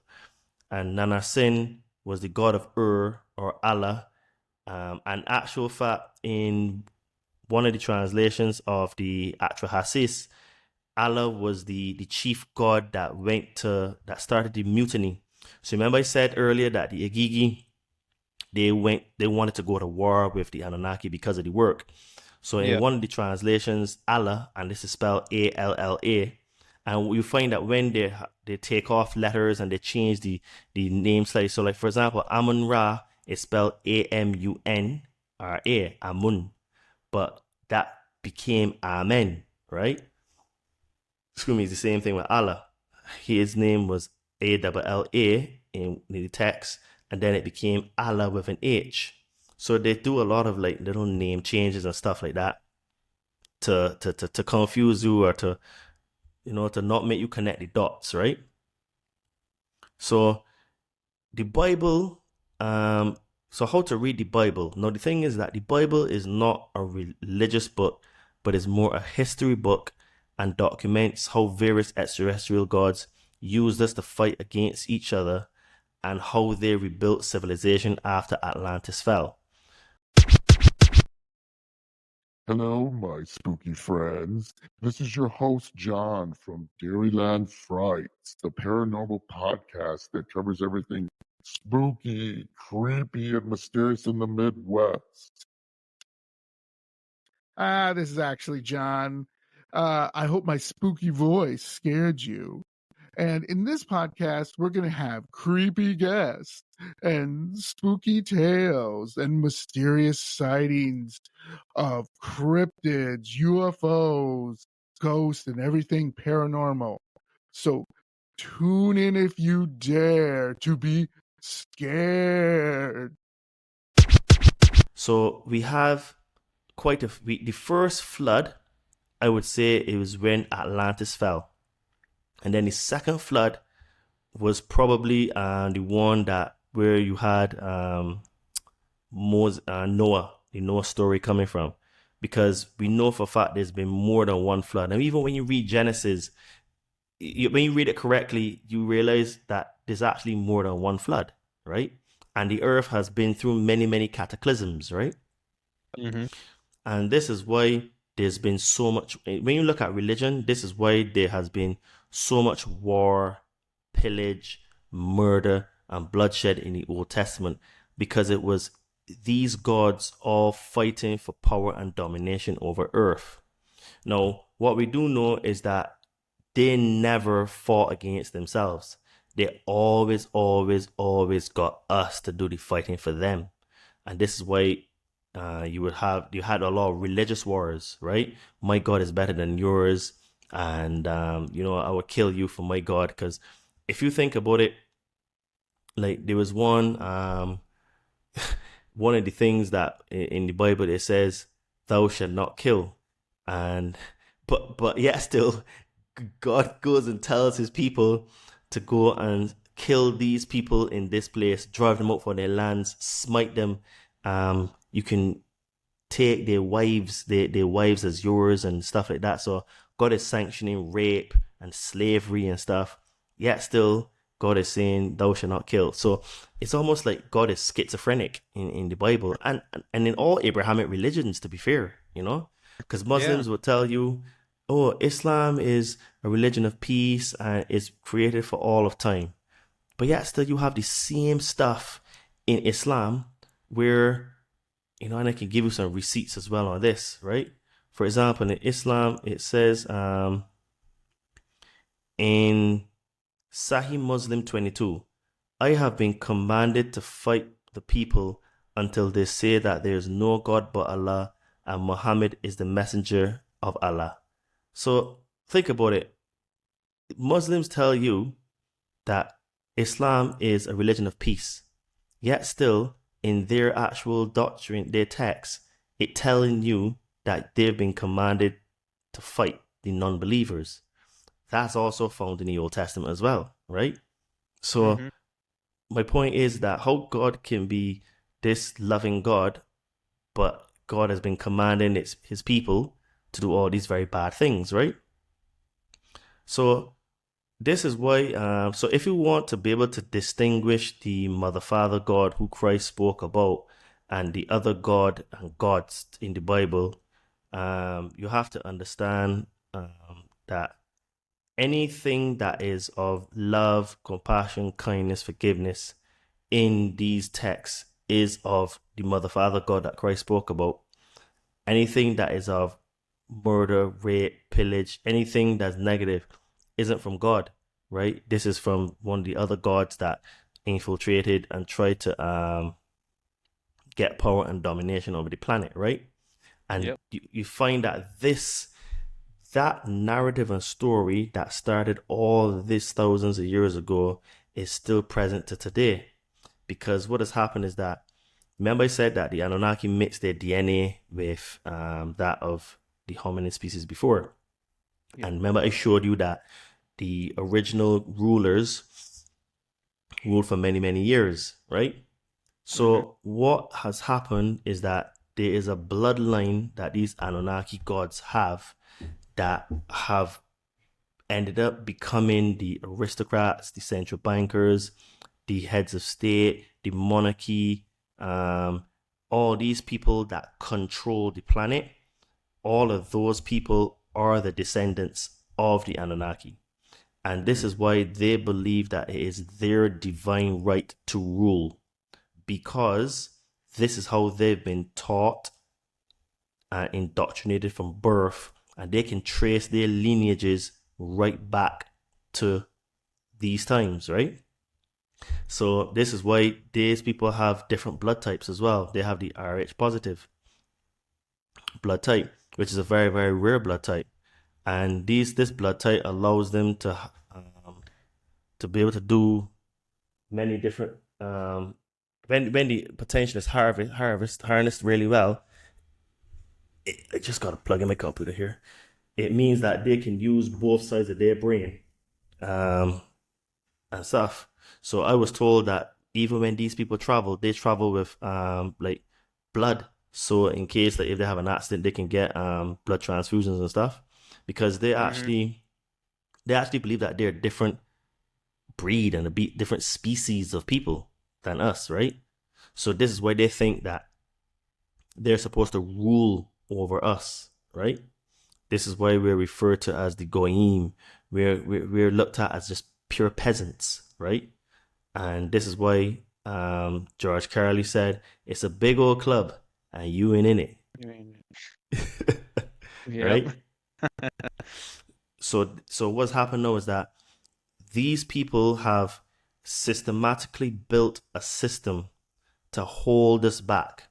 So if you think about it, the education system, they've designed the education system to produce people that don't think, to produce pure slaves, mindless drones, and order followers. You have the health system. The health system should really be called the death system, because you don't get better when you go into the healthcare system, right? Then they've created a monetary system that only actually makes us poorer, because they create the money out of thin air. Then what they do is that they loan it to us at an interest. So we are paying back a principal that never existed and an interest that was created from the time we put our name on the dotted line to sign it. So the money actually never existed. So then now, so you have an education system that's corrupt. You have a health system that's corrupt. Then you have a monetary system that's corrupt. And then look at the food, the food supply. The vast majority of food that is healthy for you is actually more expensive. The food that is very bad for you is actually cheaper.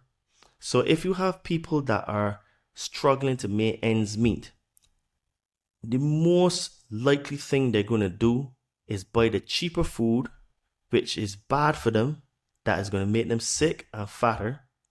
And then the health industry is going to collect those people because they can sell them a pill every 3 months, so they get customers for life.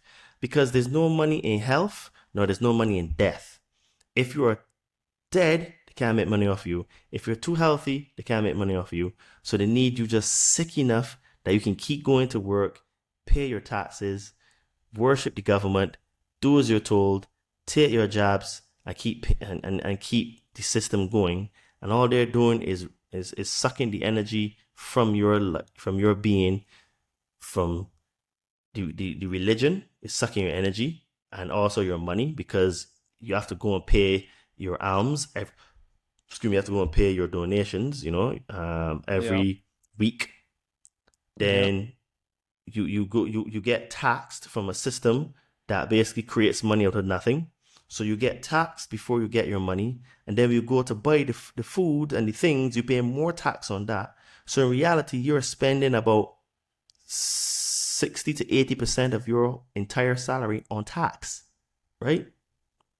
Then when you go and get sick, you're getting sick because your nutrition is trash, because you're too poor to buy good food. And then when you go to the doctor, he's going to sell you a pill. So you're going to keep having to buy pills to get better. But the root cause is really the food. But then with a step down is that because you're poor, so you can't afford to buy good quality food because of you have an economic system that's corrupt and rigged against you, right? So it's all linked, right? And then what it is now is that by not teaching people how to think, people don't ask themselves the right questions.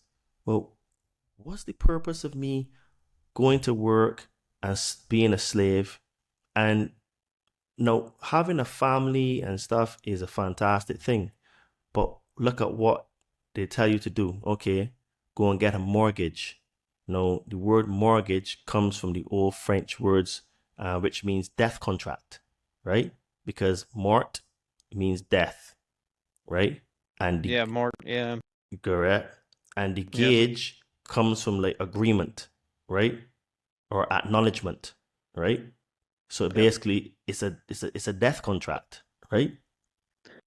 Yeah, you're not wrong. So everything is rigged against us, my friend. Everything. So then now you have them. It honestly looks like they're energy vampires. And someone asked me, well, do if I agree that the ethos that they just see us as energy containers, and it says, well, look at the Matrix movie. What did the Matrix show us? What did Morpheus show Neo when he first went into the Matrix? He says, the battery, that is what we are, right? It's just an energy source, right?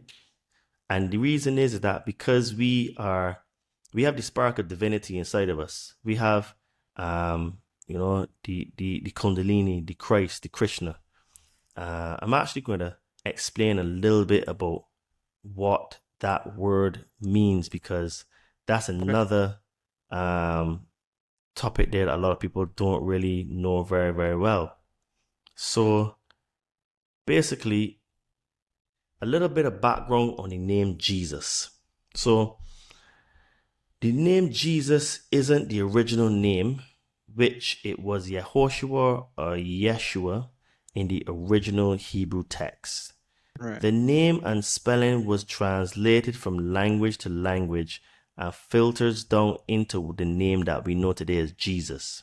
Furthermore, there was a 4-step process to erase the official or orthodox Yehoshua, which took nearly 1600 years to evolve.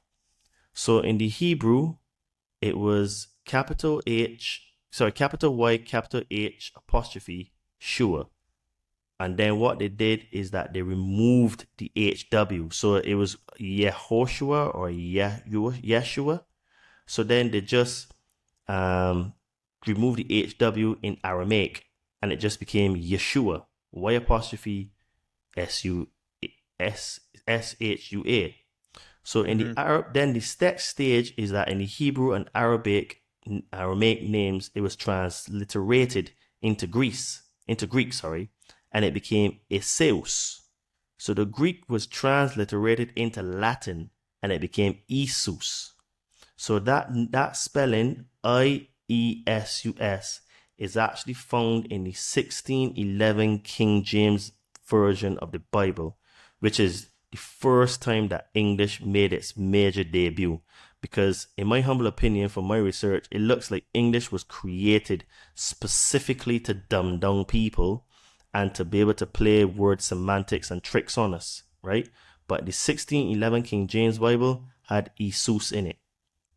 So then the Latin was transliterated into English, which became Jesus. So there was after the King James Version in 1611, the copies after that were made into English, and it became Jesus. So to clarify, the consonant form of J was not known in the 14th century. So we're talking 13 something. Therefore, J and the Y use the Y. The J and the I use the Y sound, as in the word yes. So in Greek, Eseus would be pronounced Yeseus. In the Latin, Isus, it would be pronounced as the word Jesus. So in the 18th century, so we're talking 1700 plus, right? And the letters J and I were split into a consonant and a vowel. and J was adopted as the consonant letter. Now, since the new consonant J was closer to the sound of the modern Y, the letter J was chosen in the translation of Jesus. This is why I always say that the character that we call Jesus never existed, because the J never existed. And Jesus is more like an egregore, in my humble opinion, which is why I would agree. Which is one of the many lies injected into religion to take us further away from the truth that Yehoshua was an ascended master who became the Christ in order to teach us how to get back to source. And remember, I read to you the Lord's Prayer, where he actually says, "O birth of the cosmos," and another translation can be referred to as source, right? Yes. Right. So what is Christ? So Christ is a spiritual office that one holds when they acknowledge the presence of the Mother, Father, God, or the I Am presence in you. So there's a really, really good book series by Saint Germain. It's called Unveiled Mysteries, the Magic Presence, and the I Am Discourse. And you also hear Saint Germain talking about the Mother, Father, God. The Nag Hammadi text, when Christ is speaking, and also in those books, they always refer to God as the Mother, Father, God, because his energy is both, God is both male and female, right? So, and Saint Germain, he calls it the I Am presence, which is basically the same thing. So you can call Christ a spiritual office. So let me explain that. So, okay, the president of the United States is Joe Biden.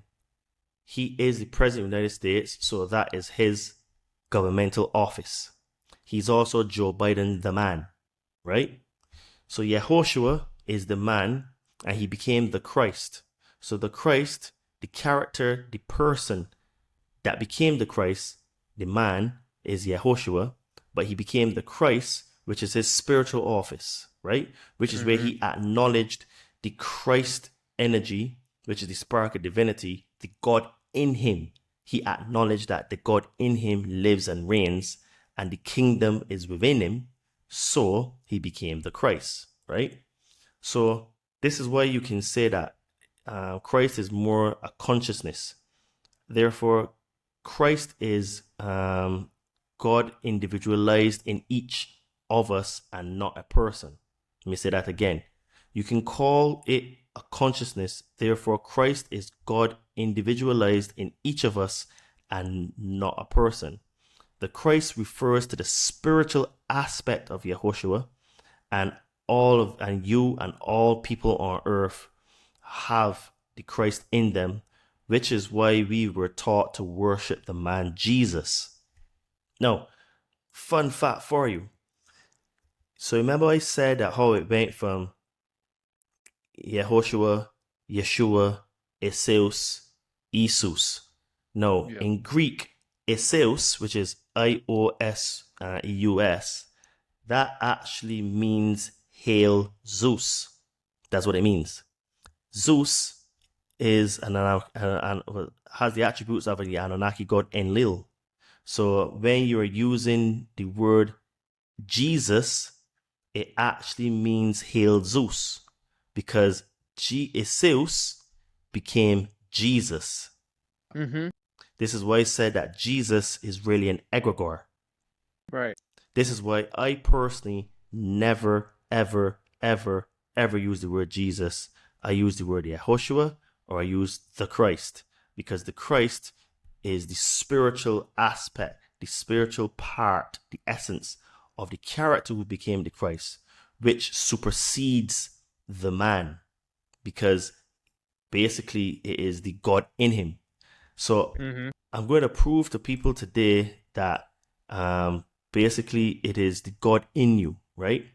So basically this means that all of us can become the Christ. And when you do that, all power and authority is granted unto you through the I Am presence, which is why Christ's most powerful statements were spoken through the I Am, right? He said things that I am the way, the truth, and the life. He also said, I am the resurrection and the life.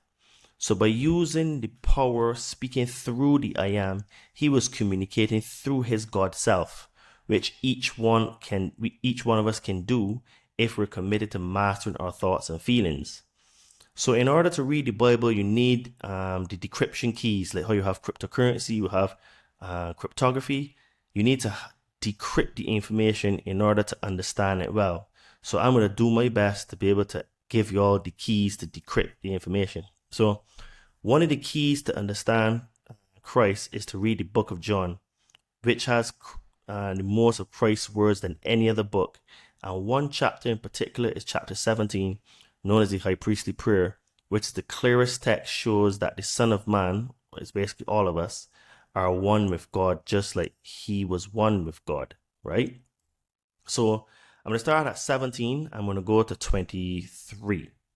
So it says, because you see, I like to give a little bit of context, so I read a little bit before to the main point so that people can understand. So he says, in 17, he says, sanctify them in the truth.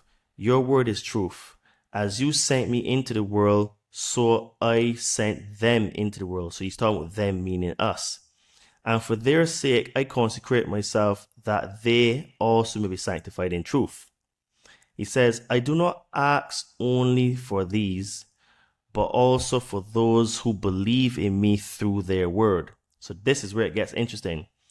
So he says that they, which means us, may be all one, just as you, Father, are in me, and I in you, that they also may be in us, so that the world may believe that you have sent me. The glory that you have given me, I have given to them, that they may be one, even as we are one. I in them, you in me, that they may perfectly become one, so that the world may know that you've sent me and love them even as you've loved me. So you see, he said it 3 times, right? I in you in me, they in us, that they may be one, right? So when fundamentalist Christians like to come and say that you need to worship Jesus, that is actually that's actually trick that was given to them, because they're giving their power to an extraterrestrial god and to an egregore that actually never existed, but only exists through their belief, and they're putting a focus in their attention and energy. So this is why I say that Christ was an ascended master. He came here to teach us how to crack the matrix and to get out of it. Because, fun fact for you, the word matrix is found 5 times in the Bible, right? So the Matrix movie was just a documentary of what we live in, and they used the word from the Bible because it actually describes the Matrix as exactly how the movie describes it when you read the context of those 5 references. And then the word Christ comes from the Greek word Christos, which means the anointed one. Then Christos became Christ in Latin, which became Christ in English and so forth. But this was really interesting. Christos, when translated into Sanskrit, means Krishna. Krishna says that he is the Godhead's supreme personality. He says this in the Bhagavad Gita. He also talks in the Bhagavad Gita about Krishna consciousness. Krishna consciousness, Christ consciousness is the same thing.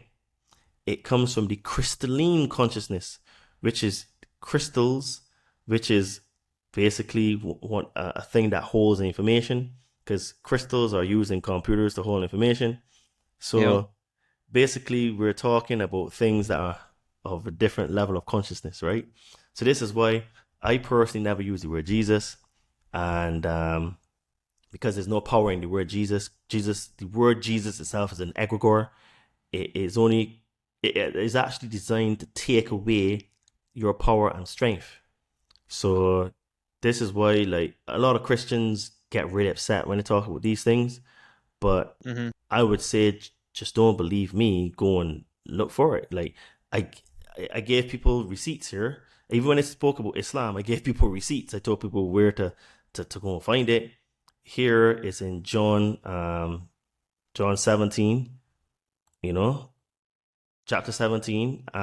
Then you go from, and you can read from 17 to 23, but it really gets interesting from 21, right?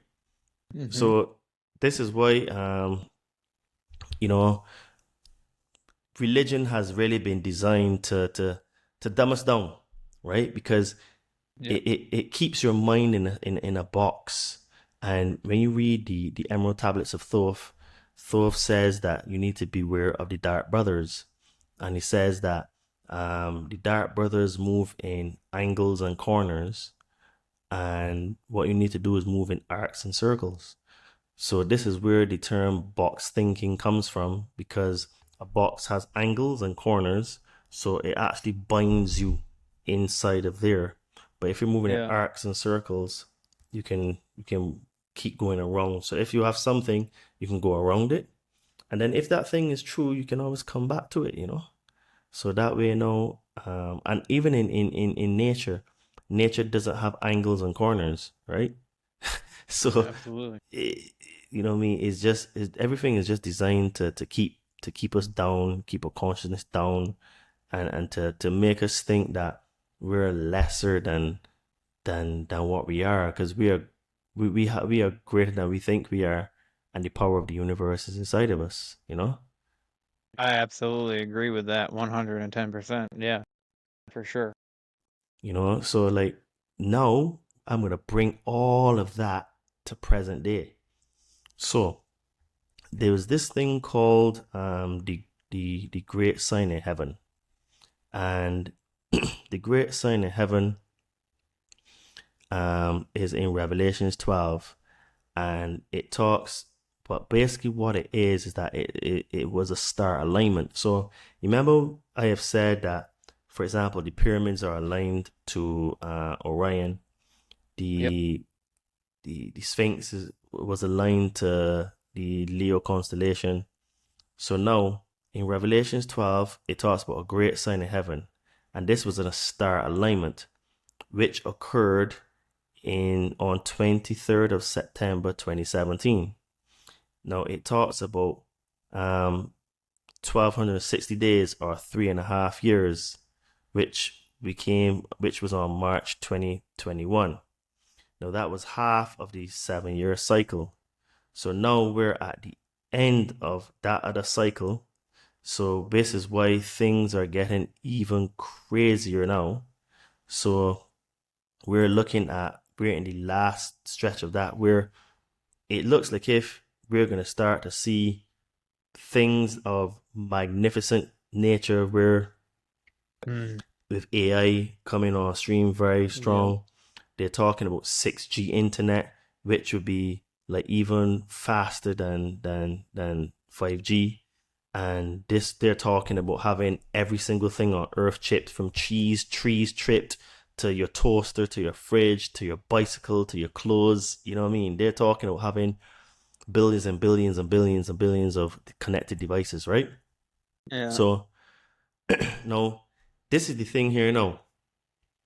The cabal knew about this star alignment, and this is why they've been working hard, and why I should say they worked really hard to get people jabbed, because there's something that a lot of people didn't really pick up. At first it was called the coronavirus, right? Now, corona actually means crown in both Spanish, Portuguese, and in Latin. And the corona is your 7th chakra, which is here, which is what connects you to God, to source, to universal consciousness, whatever word you want to use. So the virus was designed to attack your crown with a virus in order to sever the last remaining connection with God, in order to stop you from becoming the Christ, right? So there's a lot of allegoric reasons for the whole pandemic. So the other part of the attack was basically with the mask, and that was to stop your that was attack your fifth chakra, which is responsible for expression of your divine truth about your emotions, thoughts, and feelings. So it was key for breaking the last human trait of empathy, because everyone knows was your enemy and could potentially kill you. Because if you think about it now, people are way less empathetic now since the pandemic than before, right? Way less, right? People have been broken mentally, spiritually, physically, because the people that got jabbed have side effects. Some of them have died, right? A lot of people, well, every person on earth except the elite have lost money. They're actually poorer now than they were pre-2020, right? Yeah. Then now you have the mental aspect. A lot of people are literally losing their mind because they lost their mind. They started to lose their mind during the pandemic. And then now, with what's going on in the world, where you have all these stresses and all of these challenges where, you there's no jobs, everything is inflated. Some people have families to feed, can't pay bills, can't even eat good food. Where I think this lady, she went to, I think it was a Whole Foods, and she said one apple costed $11 or something ridiculous like that. Oh my God. Yeah, it was like mad, isn't it? So what it is now is that we're under a lot of pressure, right? And this is by design, right? Yeah. So I think it's funny when talking about food. I think it's funny how if you don't eat processed foods and stuff, like say somebody's like, "Hey man, here have a soda," and you're like, "Oh, I don't want soda." What are you on a diet? No, I just don't drink soda. You know what I mean? Why do I have to be on a diet? Because like just eating regular living foods, like real food, is considered being on a diet. You know what I mean? Like it doesn't make any sense. Like I'm not on a diet. I just prefer real food. dude, if you think about it, right? Look at the amount of, in England we call them fizzy drinks, but y'all call them soda. Same thing. Yeah. Look at how much soda, fizzy drink, is consumed per day, right? In households. Like, I would say that the average American probably consumes about 2 liters of fizzy drink per day. I would agree with that, yeah. And that is just full of sugar. Like, mate, I took a picture 2 weeks ago of a chocolate bar. Let me see if I can find it here now. But I think for memory, right? It was 100 grams. And yeah, here we go. It is 100 grams weight. And the amount of sugar in it is 46 grams of sugar. So that is almost half. So basically, you could literally go and take a couple of spoons of sugar and put it on the scale and just eat that. And that is literally what you're getting in chocolate. Right?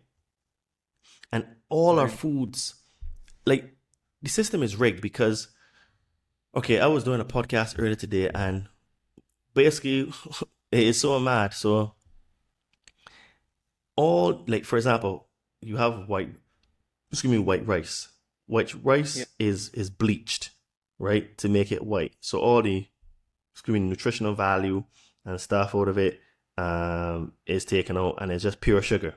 So this is why when you eat white rice, you tend to get energy spikes, opposed to brown rice, where it is a more gradual release of the energy, right? Then you look at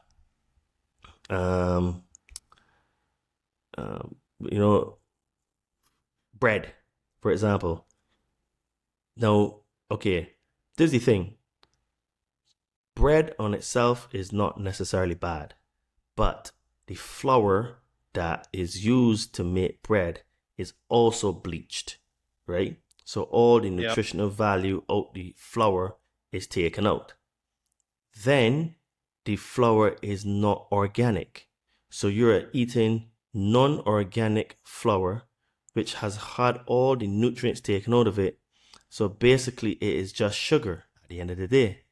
So this is why people that eat bread tend to be a bit bloated, right? Now, if you have organic flour and whole wheat flour, and you don't put in actual sugar, it is actually much better for you. Because if you look at pictures and movies from, I would say, up to the 60s, right? So we're still looking at black and white, or maybe just when color TV was coming in. Do you see any fat people? Nope. No. Nope. So basically, again, this was a systematic approach. It was in the 60s that fast food started to really be pushed in society. And then the invention called the microwave was also pushed, right? Now, what this did now is that this created the gateway to start having processed foods. And then even if you have good quality food, what people don't understand is that microwaves destroy the food. Microwaves use something called friction. So that it uses friction between the molecules in the food to heat up the food. So as the faster they move, the hotter the food gets. But what you're doing is that you're taking all the nutritional value. I don't use a microwave at all. Me neither. I don't own one. I don't have one in my house at all. I have one, but only because the flat that I have has it, but I don't use it. I don't use it at all. And like, when I tell people that I don't use microwaves, they look at me like I'm a bit like weird. And I'm like, no, like I care about my body, Yeah, my girlfriend, she was getting ready to move in. We just had a baby, because she waited until after the baby, to move in, and she's like, she's like, we need to get a microwave, and I was like, no, we don't. And she goes, well, how am I gonna heat, like, the milk for the baby or whatever? I was like, well, I'll put a pot of water on the frickin' stove and boil it, and then put the baggie in the water and thaw it, and then put it in the bottle. And she's like, you're gonna deal with a screaming baby? I was like, it takes like 2 to 5 minutes for this process to happen. And she's like, I don't. I was like, you don't understand. I was like, if you put something in the microwave, you're taking the nutrients out of it. And then, so she's come to terms with not having a microwave, thankfully. But I was just like, it was almost like, it kind of seemed like she was mad. I don't know if for a fact if she was, but it kind of seemed like she was getting upset that I didn't want a microwave in my house. And I was like, I don't want one in my house at all. Dude, I completely understand, because most people, the problem is that I think there's a quote that Denzel Washington uses, and I can't remember it exactly, but he says, if you read the news or you listen to the news, you're misinformed. But if you don't look at the news, you are uninformed, right? So there has to be a bit of discernment, because I only look at the news to stay aware of what's going on, but not to like delve into it and to study all this. I just want to know what the narratives, what is the agendas, and that's it. So I watch the news, and I look, and I thing is, I'd go to like independent journalists. One really good one is like Luke Radulski, We Are Change. I really like him. I actually get most of my news from him. Sometimes I watch InfoWars, SGT Report. I tend to go to independent people that don't have any dog in the fight, and will show you the receipts, right? And it is absolutely mad where like we've been so conditioned. And I'll be honest, when I first like started, how should I say it? My mate told me that microwaves are bad. I knew that microwaves are bad, but I guess out of convenience, I wouldn't care. But one thing happened to me is that I came to visit him, and because he doesn't use a microwave, all the food he cooked is proper cooked food, right? Yeah. And dude, for the first time in a long time, I was like, wow, like I'm doing stuff that I would not normally be able to do. And I was training harder and my body was recovering better. And he says, I told you. And from since that moment, I have stopped using microwaves at all because I realized that, you know me, if I train at a high level, I do calisthenics as well. And when you do calisthenics, your nutrition has to be on point. So if I am literally training hard and I'm putting poor quality food into my body, eventually my body is going to break down and is not going to be able to recover well, and I'm not going to look as good as I should look, right? And it's all because of the nutrition. So what I would say is that if people want to eat things like bread and pizza, it's probably best that you get the flour yourself and you make them yourself, and that way you know that what's going into the food. And then if you want to use, and another thing that's really, really bad is sugar. I argue that sugar is worse than cocaine. And people laugh when they say that, but I'll tell you the reason why I say that. The average person that uses cocaine does not use cocaine every day. The average person. There are people that would use cocaine every day, but they're the anomalies. They're not like the normal people, right? Yeah. But look at sugar. People consume sugar every single day. And sugar is actually way more addictive. Because look at what you do when you take children off the sugar. For the beginning, they start to get mad. You know, they throw tantrums. Even human beings, the same thing. I mean, even adults, I should say.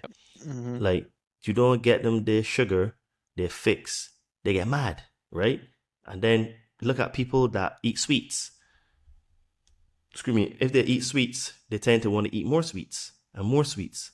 And then they feel bad for eating so much sweets and they know that they're getting fatter. But because they're addicted to it and it makes them feel better, they eat more sweets. So you have this vicious cycle of just eating sweets, feel good, then feel bad, feel good, then feel bad. And all that's fueled by sugar, right? Yeah, absolutely. If people want to have, and also artificial sweeteners and stuff like that, those are terrible. They have aspartame and they have sucralosa, terrible for the body. So what I suggest is that you use something called stevia or stevia, and you get the actual stevia leaf, and you can get the powder, which is green. If it is not green, then it's not stevia. If you go and you see something stevia and it looks like sugar, read the back, because I got tricked as well. That happened to me. It has about 20% actual stevia, and the rest is sugar and all other stuff, right? So what they're doing is that they're doing false marketing. So you're buying it thinking you're getting stevia, but you're not. Even the bag would be green and all of that kind of stuff to make you think, oh yeah, when you're getting stevia. But I remember, seriously, once, just out of curiosity, because I never looked at the back, but just out of curiosity, one day, I was cooking, and I picked it up and I looked at the back. I was like, wow, so this has in 20% stevia, and the rest is all sugar and other things. Another good one you can use is monk fruit. But again, read the back, because if it is going to say monk fruit, about 20% plus sugar plus and, that's not real monk fruit. Real monk fruit has no sugar in it and is actually pretty good. It tastes really good, and it is you use at least 50% less when you use stevia or monk fruit to sweeten your tea or your pastries, or if you want to make bread, you can get monk fruit and you can put the sugar in there, your cupcakes and stuff. It's a little bit more expensive, but let's be honest, right? The way the system is rigged against us, everything that is good for you tends to be more expensive these days, and by magnitudes much higher. Because look, dude, you can actually get You can buy bears in some countries cheaper than you can buy water. Yeah. That's mad. Yes. Yeah. That's mad. So water, which is basically the key to life, you know, because like I said before, the Anunnaki, they set up their bases around rivers and water sources, which is so water is very important. So you can get bears that have processes to go through to become bear. And then you have water, which is just water, that is more expensive than beers. I think it's ridiculous that we have to pay for water to begin with. I agree. I agree. And then look what they do. They put fluoride in the water as well. Yeah. Yeah. To make us dumb and stupid, right? Yeah. So basically what we have is a systematic corruption of the entire fabric of civilized society. You have the government is corrupt, the religions are corrupt, the education system is corrupt, because what they do is that they charge you a whole heap of money to go and study. So when you finish study, you could be in debt to about $150,000 to go and get a job that only pays about $50,000. Make it make sense, right? And then you still gonna have to have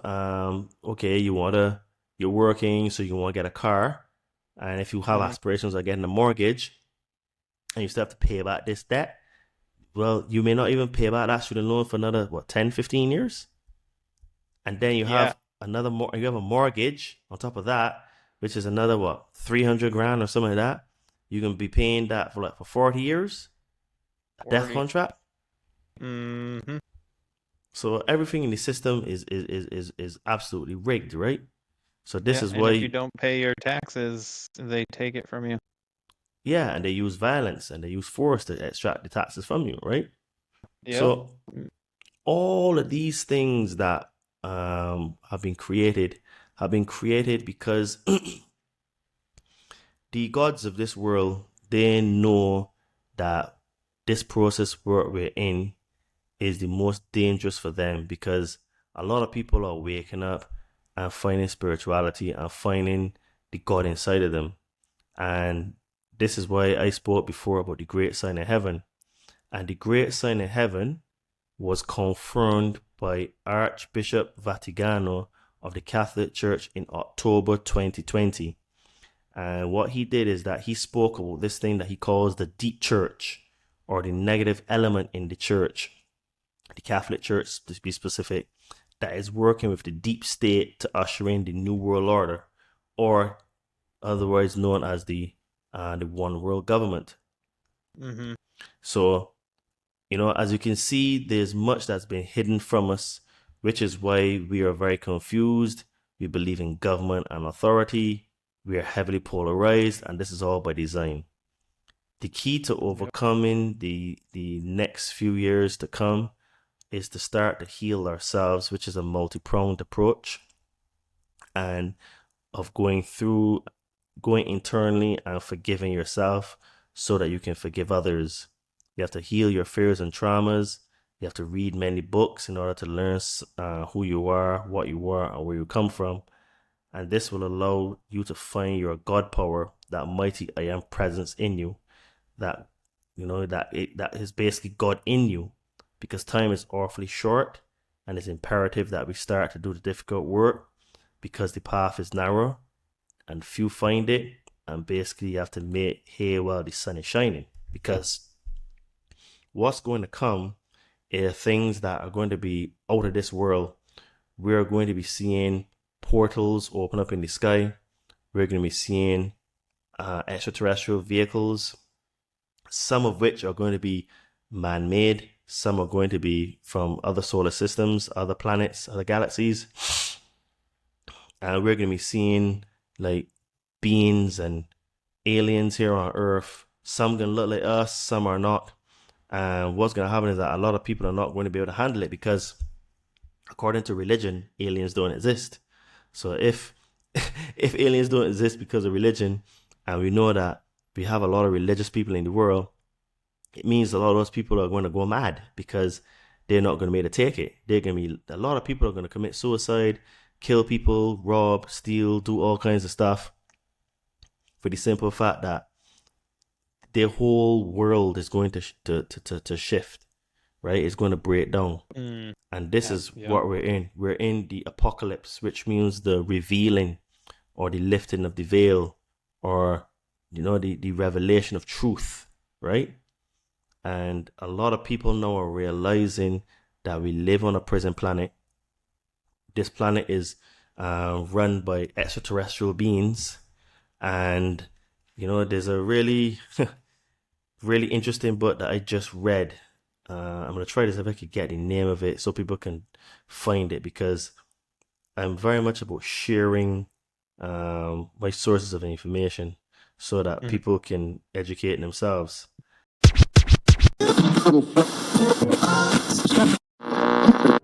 Are you struggling with a lack of access to captivating entertainment and media? Are you faced with constant judgment and ridicule from friends and family for your inability to respond appropriately to sensitive situations? If this sounds like you might be suffering from being emotionally dead inside. But it's not too late to make a change. One Nothing Podcast is a newly available treatment for being dead inside. Taken just once every 2 weeks, One Nothing could make a world of difference. By combining carefully measured dark humor to the amazing original formula of grisly fatalities, One Nothing Podcast has successfully entertained thousands of people suffering from death inside. And with access across all podcast platforms, treatment has never been more readily available. But don't trust my word. Here's some real-world testimonials from a few of our listeners currently undergoing treatment. From consistent doses of One Nothing Podcast, my posture has greatly improved due to being kept on the edge of my seat. The One Nothing Podcast comes on, everybody be like, shut the f*** up. I be quiet, but when the episode's over, I be talking again. Oh my gosh, buddy. I used to be on so many medications for blood pressure, and then I listened to One Nothing Podcast's episode on Kitty Genovese, moved into an apartment on my own, and haven't needed it since. That one really got my blood pumping. Listening to One Nothing Podcast, I'm not constipated anymore. I'm just full of shit. So what's stopping you from great entertainment? One Nothing Podcast is not intended for all audiences. Listeners under 18 years of age should obtain permission from your parent or guardian before downloading. Tell your therapist if you're predisposed to whining, complaining, reading podcasts poorly, being overall combative, or being easily offended, as One Nothing Podcast might not be right for you. So stop letting great content pass you by. Talk to your therapist today to see if One Nothing Podcast is right for you. And this book, let me find the name. It's called The Story of the Committee of 300 by Dr. John Coleman. It's also known as it's called The Conspirators' Hierarchy, The Story of the Committee of 300. So this book is very, very interesting because all the things that I knew, this book confirms but adds more detail. So he is saying that there are 300 families that rule this planet. Now, I know that they are direct descendants from the Anunnaki, but they're also called the Olympians. Now, if you search online, they're going to say that it is a conspiracy theory. But of course, I think that it's fair to say that all conspiracies are only conspiracies until they're proven true. And if we look at the last 4 years, the vast majority of conspiracy theories have turned out to be true. Mm-hmm. And so I would just say have a read of the book. So I'll repeat the name again. It's called The Conspirators' Hierarchy, The Story of the Committee of 300. So he's saying that this Committee of 300 are the ones that control the Club of Rome, they control the Bilderbergs, they control the Royal Institute for International Affairs, the CFR, the Trilateral Commission. So the Committee of 300 are also known as the Olympians. They control everything. And these group of people are basically the ones that you would say are the real actual owners of the planet, because they own everything. So you have, and then these are people that are from the black nobility. So even in that 300, there are levels. So there are levels. So there's at the top of this committee, they have the 3 levels of 13 families that basically rule it all. So have the Committee of 300, which is like the bigger group, but still small. Then in that particular group, it goes down even smaller, where there are 3 levels of 13. And then at the top level, you have families that people have never even heard of. You have, and there's 5 to 6 families that are the ones that really pull all the shots. There are the Aldobrandini, the Breckspear, the Samagli, the Orsini, the Medici, and there's another one I can't remember. So I'm almost sure that 99.9% of humans have never heard of those family names before. Those I haven't myself, so right. Those families are the families that are the ones that are the real controllers, right? So everything goes up in levels. There's always another level. And from my research, on top of them are the Anunnaki. And I would say that on top of the Anunnaki, and this we can get a little bit conspiratorial here now, but I think it's from the energy of the planet Saturn. Yeah. Beaming the energy to the Earth, which creates the matrix here, and is like a soul capturing machine that keeps us reincarnating over and over and over and over again, and causes us to keep for us to keep being energy sources for them. Because if you just look at the Matrix movie, everyone was in pods and freaking in the Matrix. And I even sometimes say to myself, what if we are actually in the Matrix exactly like that? We're in this reality where we think is reality, but we're actually, like I said, I'm just creating a what if here. What if we were actually on the moon in pods, have these things connected to our brains, and we are thinking that here on Earth is who we really are, but in reality, we're just like a program in a computer game. How mad is that? Yeah, that is mad. Like, oh my God. I've thought of like a whole bunch of like different things like this, that it could be like for simulations and all that shit. Like, if we were in pods like the Matrix, how would we get out? You know what I mean? Because in the movie, he's like, "Here, take this pill and you wake up." But we don't have anybody to be like, "Hey, take this pill and you'll wake up." You know what I mean? So imagine that we're just computer programs generated on Earth from somewhere else. That's an interesting thought. Dude, like I said, I have, after rewatching The Matrix, right? I have asked myself, well, there's no proof that it cannot happen. Because, okay, look at how The Matrix was. It seemed so real to the vast majority of people, but it's just that Neo, he seemed to have like this, like, I guess you could call it maybe like what you would attribute to is like a past life connection, right? Yeah. That's the only thing I could describe it as, where he had like a fractal of a memory of a past life, and that kept like playing in his mind, and he started to see patterns in the Matrix. And I have asked myself, I can't say with definitive 100% that that's not a possibility, that I am not somewhere trapped. Because what I do know is that when you sleep is when you connect to the etheric realm and the spiritual world, right? Yeah. And what I do know is that the spirit realm is real. Because I remember very clearly I had this dream once. Dude, this is mad. So I was actually in a gunfight. And I don't know why, what was the purpose, but what I do know is that the weapons were very, very lethal. So I remember I was in a gunfight with either someone or some people. That part I can't remember. But what I do know is that I was behind a column and the bullets were literally eating the column, like just breaking pieces off the column. It would have to be like as strong as a 50 cal, right?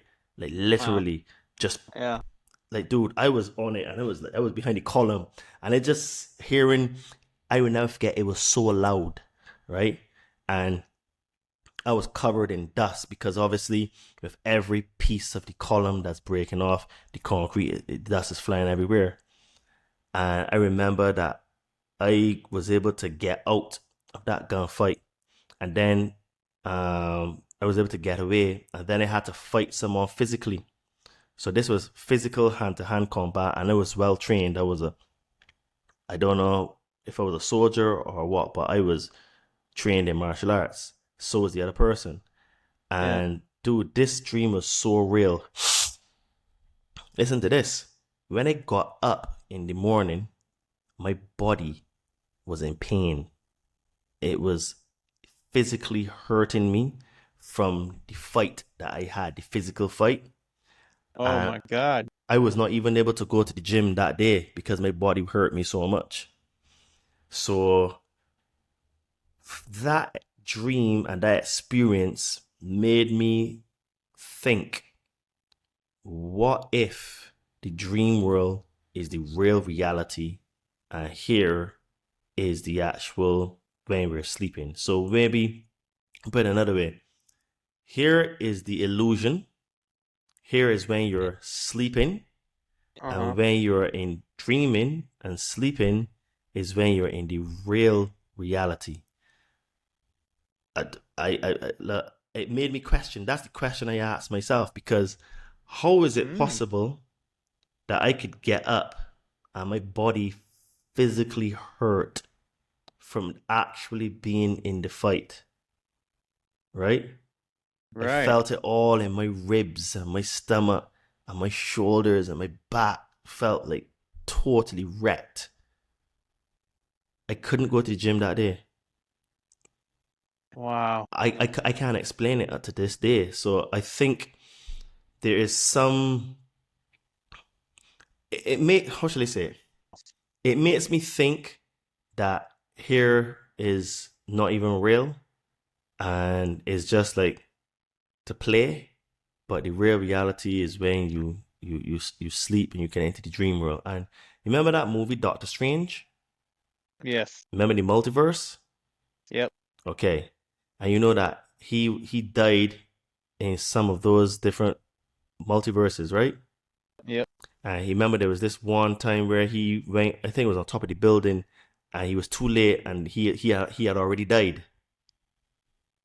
So I say all that to say that, what if we exist in different realms of consciousness, and what it is that we've just not understood and realized how to connect to all of those multi-levels? And this is just one of the lower levels that we're at, where it's just the physical realm. Because we know that there's well, I can't say there's nothing lower because we don't have proof, right? But from my research, the third dimension seems to be the lowest level that you can get, which is just physical. But then you start going into the metaphysical and then the spiritual, right?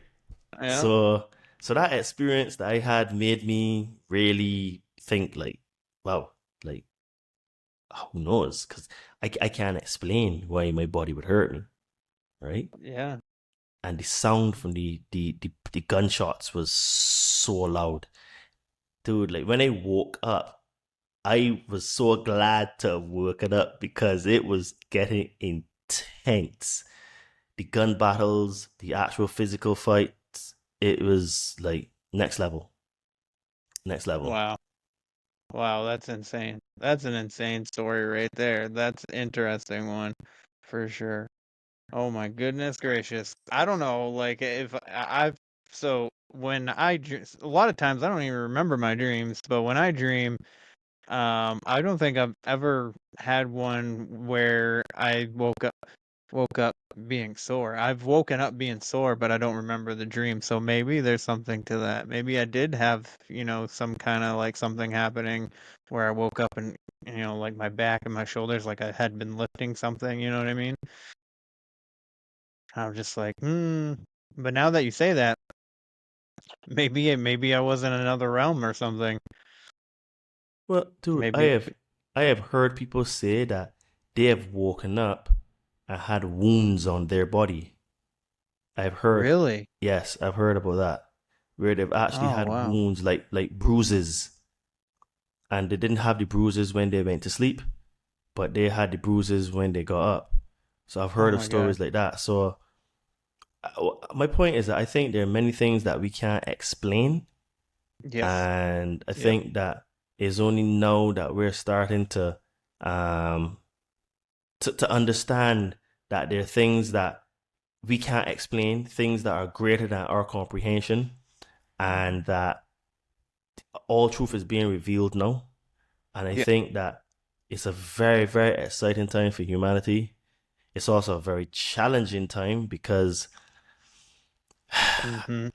I talk to a lot of people on social media, and basically the what is being said is mostly the same for most people, that it's the most difficult time they've ever had. Mm-hmm. I can concur. This is the most difficult time I've ever had. And one thing I always have to remember though is that nothing lasts forever. Not even the bad times last forever, right? So Absolutely. I think that we need to just like have a little bit of faith and belief, and also know that if you're doing the work, that eventually it will happen. You will be able to overcome. But because now you get so many hits, one after the next after the next, what happens is that we tend to lose faith. And I remember in one of my dreams, my higher self said to me, Todd, keep your thoughts positive, your energy high, and your belief strong. And I don't always remember a lot of messages and things that I'm told, but that one has stuck with me. And I always remember it, like, when I'm having like a few difficult challenges to overcome. And I always try to remember, keep your thoughts positive, keep your energy high, and keep your belief strong. And once you do that, you will be able to overcome. And, my point is that I just want everyone out there that's listening to know that every single person on earth is going through something. Everyone. So all of these sort of like what should I say, pictures and like people on social media trying to show how glamorous their life is and this and that and third. Most of them are actually faking it. They're not happy. It's just a facade they're creating, and they're lonely, and they're just looking for attention. So don't feel any way about those people and their life to think that they're better than you, you're less than them, and to think that their life is so much better than yours. Because I assure you, even the people with all the money in the world, they're not happy. Because one of the things that a lot of people don't realize, and okay, what I would say is that having a lot of money definitely gives you options to do things, right? So yes, that is for sure. But one of the things now is that when you have a lot of money, there's always this what should I say? You're very, very not trusting of people, because you always have to try to figure out, is this person interested in me, or is this person interested in my money? So then no, you have to be very, very protective, and you have to be very, very low key. So having loads and loads of money comes with other challenges, right? And other problems, because you can become a target for people to try to steal from you, try to, do bad things to you to get the money. So my point is that, yes, having money gives you options, but it doesn't actually make you happy, because a lot of people today that have a lot of money, they don't really have friends, or let me say, they don't have real friends. So all the friends that they have are mostly bought, right? So they have all this money.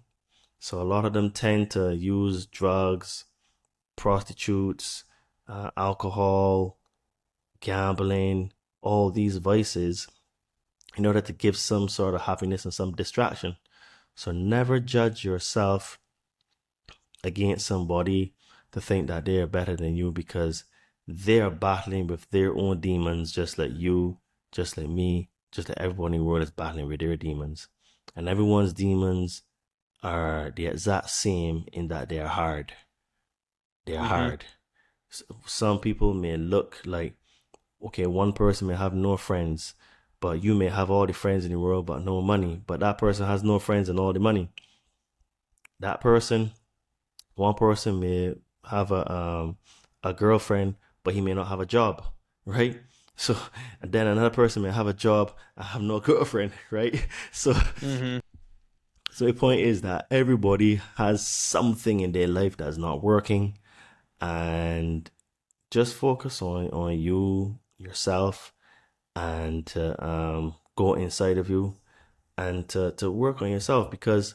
And I would say that the best thing to do is to start to get into shape, because getting into shape is the entry point in which you can create the life you want. You can be happy. You can increase your consciousness. You can attract things that you want in your life, because what will happen is that as you start to get into shape and you go through the body, what's going to happen is that in order for you to get into shape, you're going to have to change your mindset. And when you start to change your mindset now, it means then that you create habits of discipline, hard work, belief in yourself. You start to fill yourself with energy. And we know that everything in this universe is made of energy. So when you start vibrating at a certain level, then you're going to start to attract the opportunities, the people, the places that you want in your life, right? And through you improving your mindset, what's going to happen is that by default, and because of the time that we're in the apocalypse, by default, you will start to understand some concepts of spirituality, because, for example, everything has an equal and opposite reaction, right? That's not a spiritual concept, but is also a karmic concept, right? And a karmic concept is a spiritual concept, right? So what will happen now is that as you start to improve yourself physically and mentally, spiritually, you're going to start to improve, because you're going to bringing in more light into your energy body. And what's going to happen is that as that starts to happen, you're going to start to question yourself, like, well, who am I? What am I? Where am I come from? Where did I come from? Why do I have all these challenges in my life? And so you're going to start to go through a bit of a spiritual awakening, which is similar to what happened to me in terms of because I got really fat and my belly was big and I was a bit depressed and sad and stuff. So by you actually pulling yourself up by the bootstraps and improving yourself, what's going to happen is that you're going to start to see different types of people will be attracted to you, because when you're in shape, whether it's a man or a woman, when you're in shape, people tend to have more respect for you, because you think people automatically think, okay, this person is disciplined, this person is hardworking, this person is consistent. Okay, you tend to get more credibility with the things that you say because you carry it in your body, right? Your body is a representation of you. And then when you start to clean the physical body and get the body in shape, then you start to, because your body is a temple for God. God lives in you. But when you start to recognize your divinity, you're not going to do it when you're a fat slob. You're not going to do it when you're freaking overweight, you know? The spirit is not going to be recognized. So that's why I always say people that to get in shape, improve their mindset, grow spiritually. And this is why I really like what I do when I help spiritually inclined people burn fat and build muscle. And if this talk that we had tonight spark the interest of anyone, they want to understand certain things, because I can point you in the right direction in terms of books to read and stuff like that, because I've read quite a few books. I've not read like a ton, but a little bit, quite more than 100, so Yeah. so I've got a little bit of understanding. Yeah, you can reach out to me on Instagram at Adriano_246, or on my name, Todd Cave, on Facebook. And let's see if we're a good fit and I can help you get a 6-pack for this summer, because summer's pretty much here and it's the season for, tank tops and shorts and, going to the beach and stuff. And who doesn't want to look good for summer, So if those things interest you, hit me up. And also, if you like all the information that was shared tonight, and you just want to, follow me as well, because I drop a lot of tidbits in short form on social media. You can do that because I'm here to try to help point people in the right direction to what is really going on in the world. And I think that we've showed tonight that everything is linked. Nothing is by chance. They hate us. They want to kill us out, because the jabs were just one of the last. Well, I can't say one of the last because they're still doing it all now. But Oh yeah, for sure. but it was one of the one of the clearest signs ever that they're trying to cull us. And if you remember on the Georgia Guidestones, it says in English, maintain the Earth's population to 500 million. Well, that means that 95% of people need to be culled. So this is why we have an attack on the food, you have an attack on consciousness, you have an attack on health, you have there's an attack on information. So all they're trying to do is to keep you under their thumb.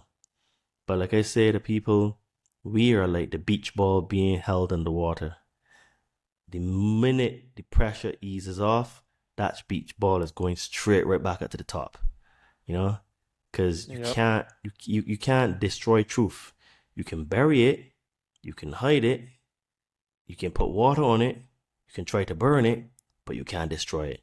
Truth will always be truth, and it will always be revealed, and it will always rise to the top. So there's a time to work on yourself, get into physical shape, start eating better, start reading books, turn off the TV, stop using microwaves, learn to cook, and if also if people really are interested in a spiritual journey, I work with a company that does magic mushrooms. So anyone that interested in progressing their spiritual journey and having some connections with their higher self, you can also hit me up on my socials and tell me you're interested in getting some mushrooms, and I'll see if I can help you, man. Nice, man. Nice. I like that. I like the way you brought it back, the way you ended our talk today. And I appreciate you coming on, man. It means a lot. Like, time is, our greatest currency right now, and the fact that you came on to, chat with me was was awesome, and I appreciate it very much. And I just want to say thank you. I want to say thank you for having me and sharing your platform with me, because I'm on a mission to create an army of people that are strong mentally, physically, and spiritually to push back against the system and say no. Because the way I see it is no good me just doing these things for myself. Right. Then I can't have a party when all this is done. I've got no friends. I've got no contacts, because everyone's either dead or so destroyed that they can't want to come out their shell. I want to be able to hook up with people, talk to people, have friends, people that say, you know what, we made it, right? It was hard, but we made it.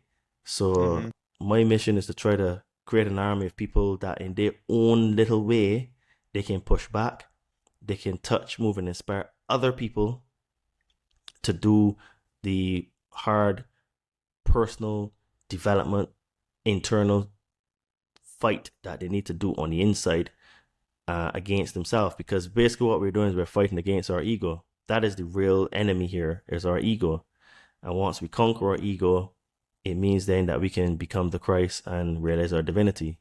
So this is why I do podcasts. This is why I try to teach as well as I can and explain things in as simple as a way as I can, so that people can go and do their own research, so that they can also teach others, right? So I teach so that you guys can teach others, so that basically I can't change the world, but I can change myself. By changing myself, people that see me making changes will say, hey, that guy Todd, he's doing it. I'm going to try to copy some of the stuff he's doing. And then someone can see you and says, man, that guy Kevin, man, he's making a lot of change in his life, man. He's a great inspiration. I'm going to try and do some of the things he's doing. And then that's how you get the domino effect to be change the world. But it starts with changing yourself, which is why I always tell people, start to get in shape. That's the entry point into this entire thing. Getting in shape will actually create the environment for all the other things to come, because you can't get in shape unless you change your mindset. And when you change your mindset, then it means then that you open yourself to thinking, you know what, there are other things other than what they told me. The narratives just don't make sense. And as you start to go down this path of discovery of the system and self-discovery, you can end up finding spirituality, consciousness, and the God in you. You always come back to that, right? It doesn't matter what language you speak, what sex you are, what color skin you have, what country you're born in. It will all come back to the same thing. And this is why I do what I do, because I'm trying to do my bit to help humanity. And, I've just been gracious that people like you share their platform with me, and I appreciate people like you a lot. So I also want to tell you thank you. And I look forward to doing it sometime in the future. Yeah, man, you're welcome back anytime. You let me know. If you got we can talk about. There's so many other things to talk about. There's so many things that we just talked about tonight that we could go off from there and have a whole nother. Oh my God, it's almost 3 hours now. Oh my God. But yeah, no, this was amazing, man. And like I said, you're welcome back at any time you want to come back. But if you don't mind, just plug in your socials real quick and let everybody know where they can find you. Sure. You can find me on Instagram at Adriano_246, or find me on social media on Facebook, Todd Cave, TODDCAVE. And that's Nice, me. man. Nice. Well, everybody, I hope you go check him out. This was a phenomenal episode, I think. In my opinion, there was a lot of information, a lot of things that I didn't know that I've been turned on to. So thanks, Todd, for that. But you guys know what to do. Like, follow, share, subscribe. Go check Todd out and his socials. If you're interested in getting fit, definitely hit him up with that for that. Please leave a rating and review if you like today's episode. You can leave a rating and review on the website. It's where the weird ones are podcast.com. Other than that, I think that's all we got for you tonight, everybody. So, you know the drill. Question everything and stay weird. This concludes our broadcast day. Click.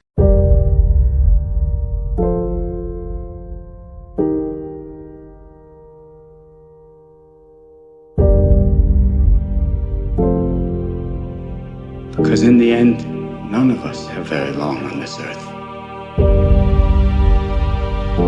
Life is fleeting. And if you're ever distressed, cast your eyes to the summer sky, when the stars are strung across the velvety night, and when a shooting star streaks through the blackness, turning night into day. Make a wish.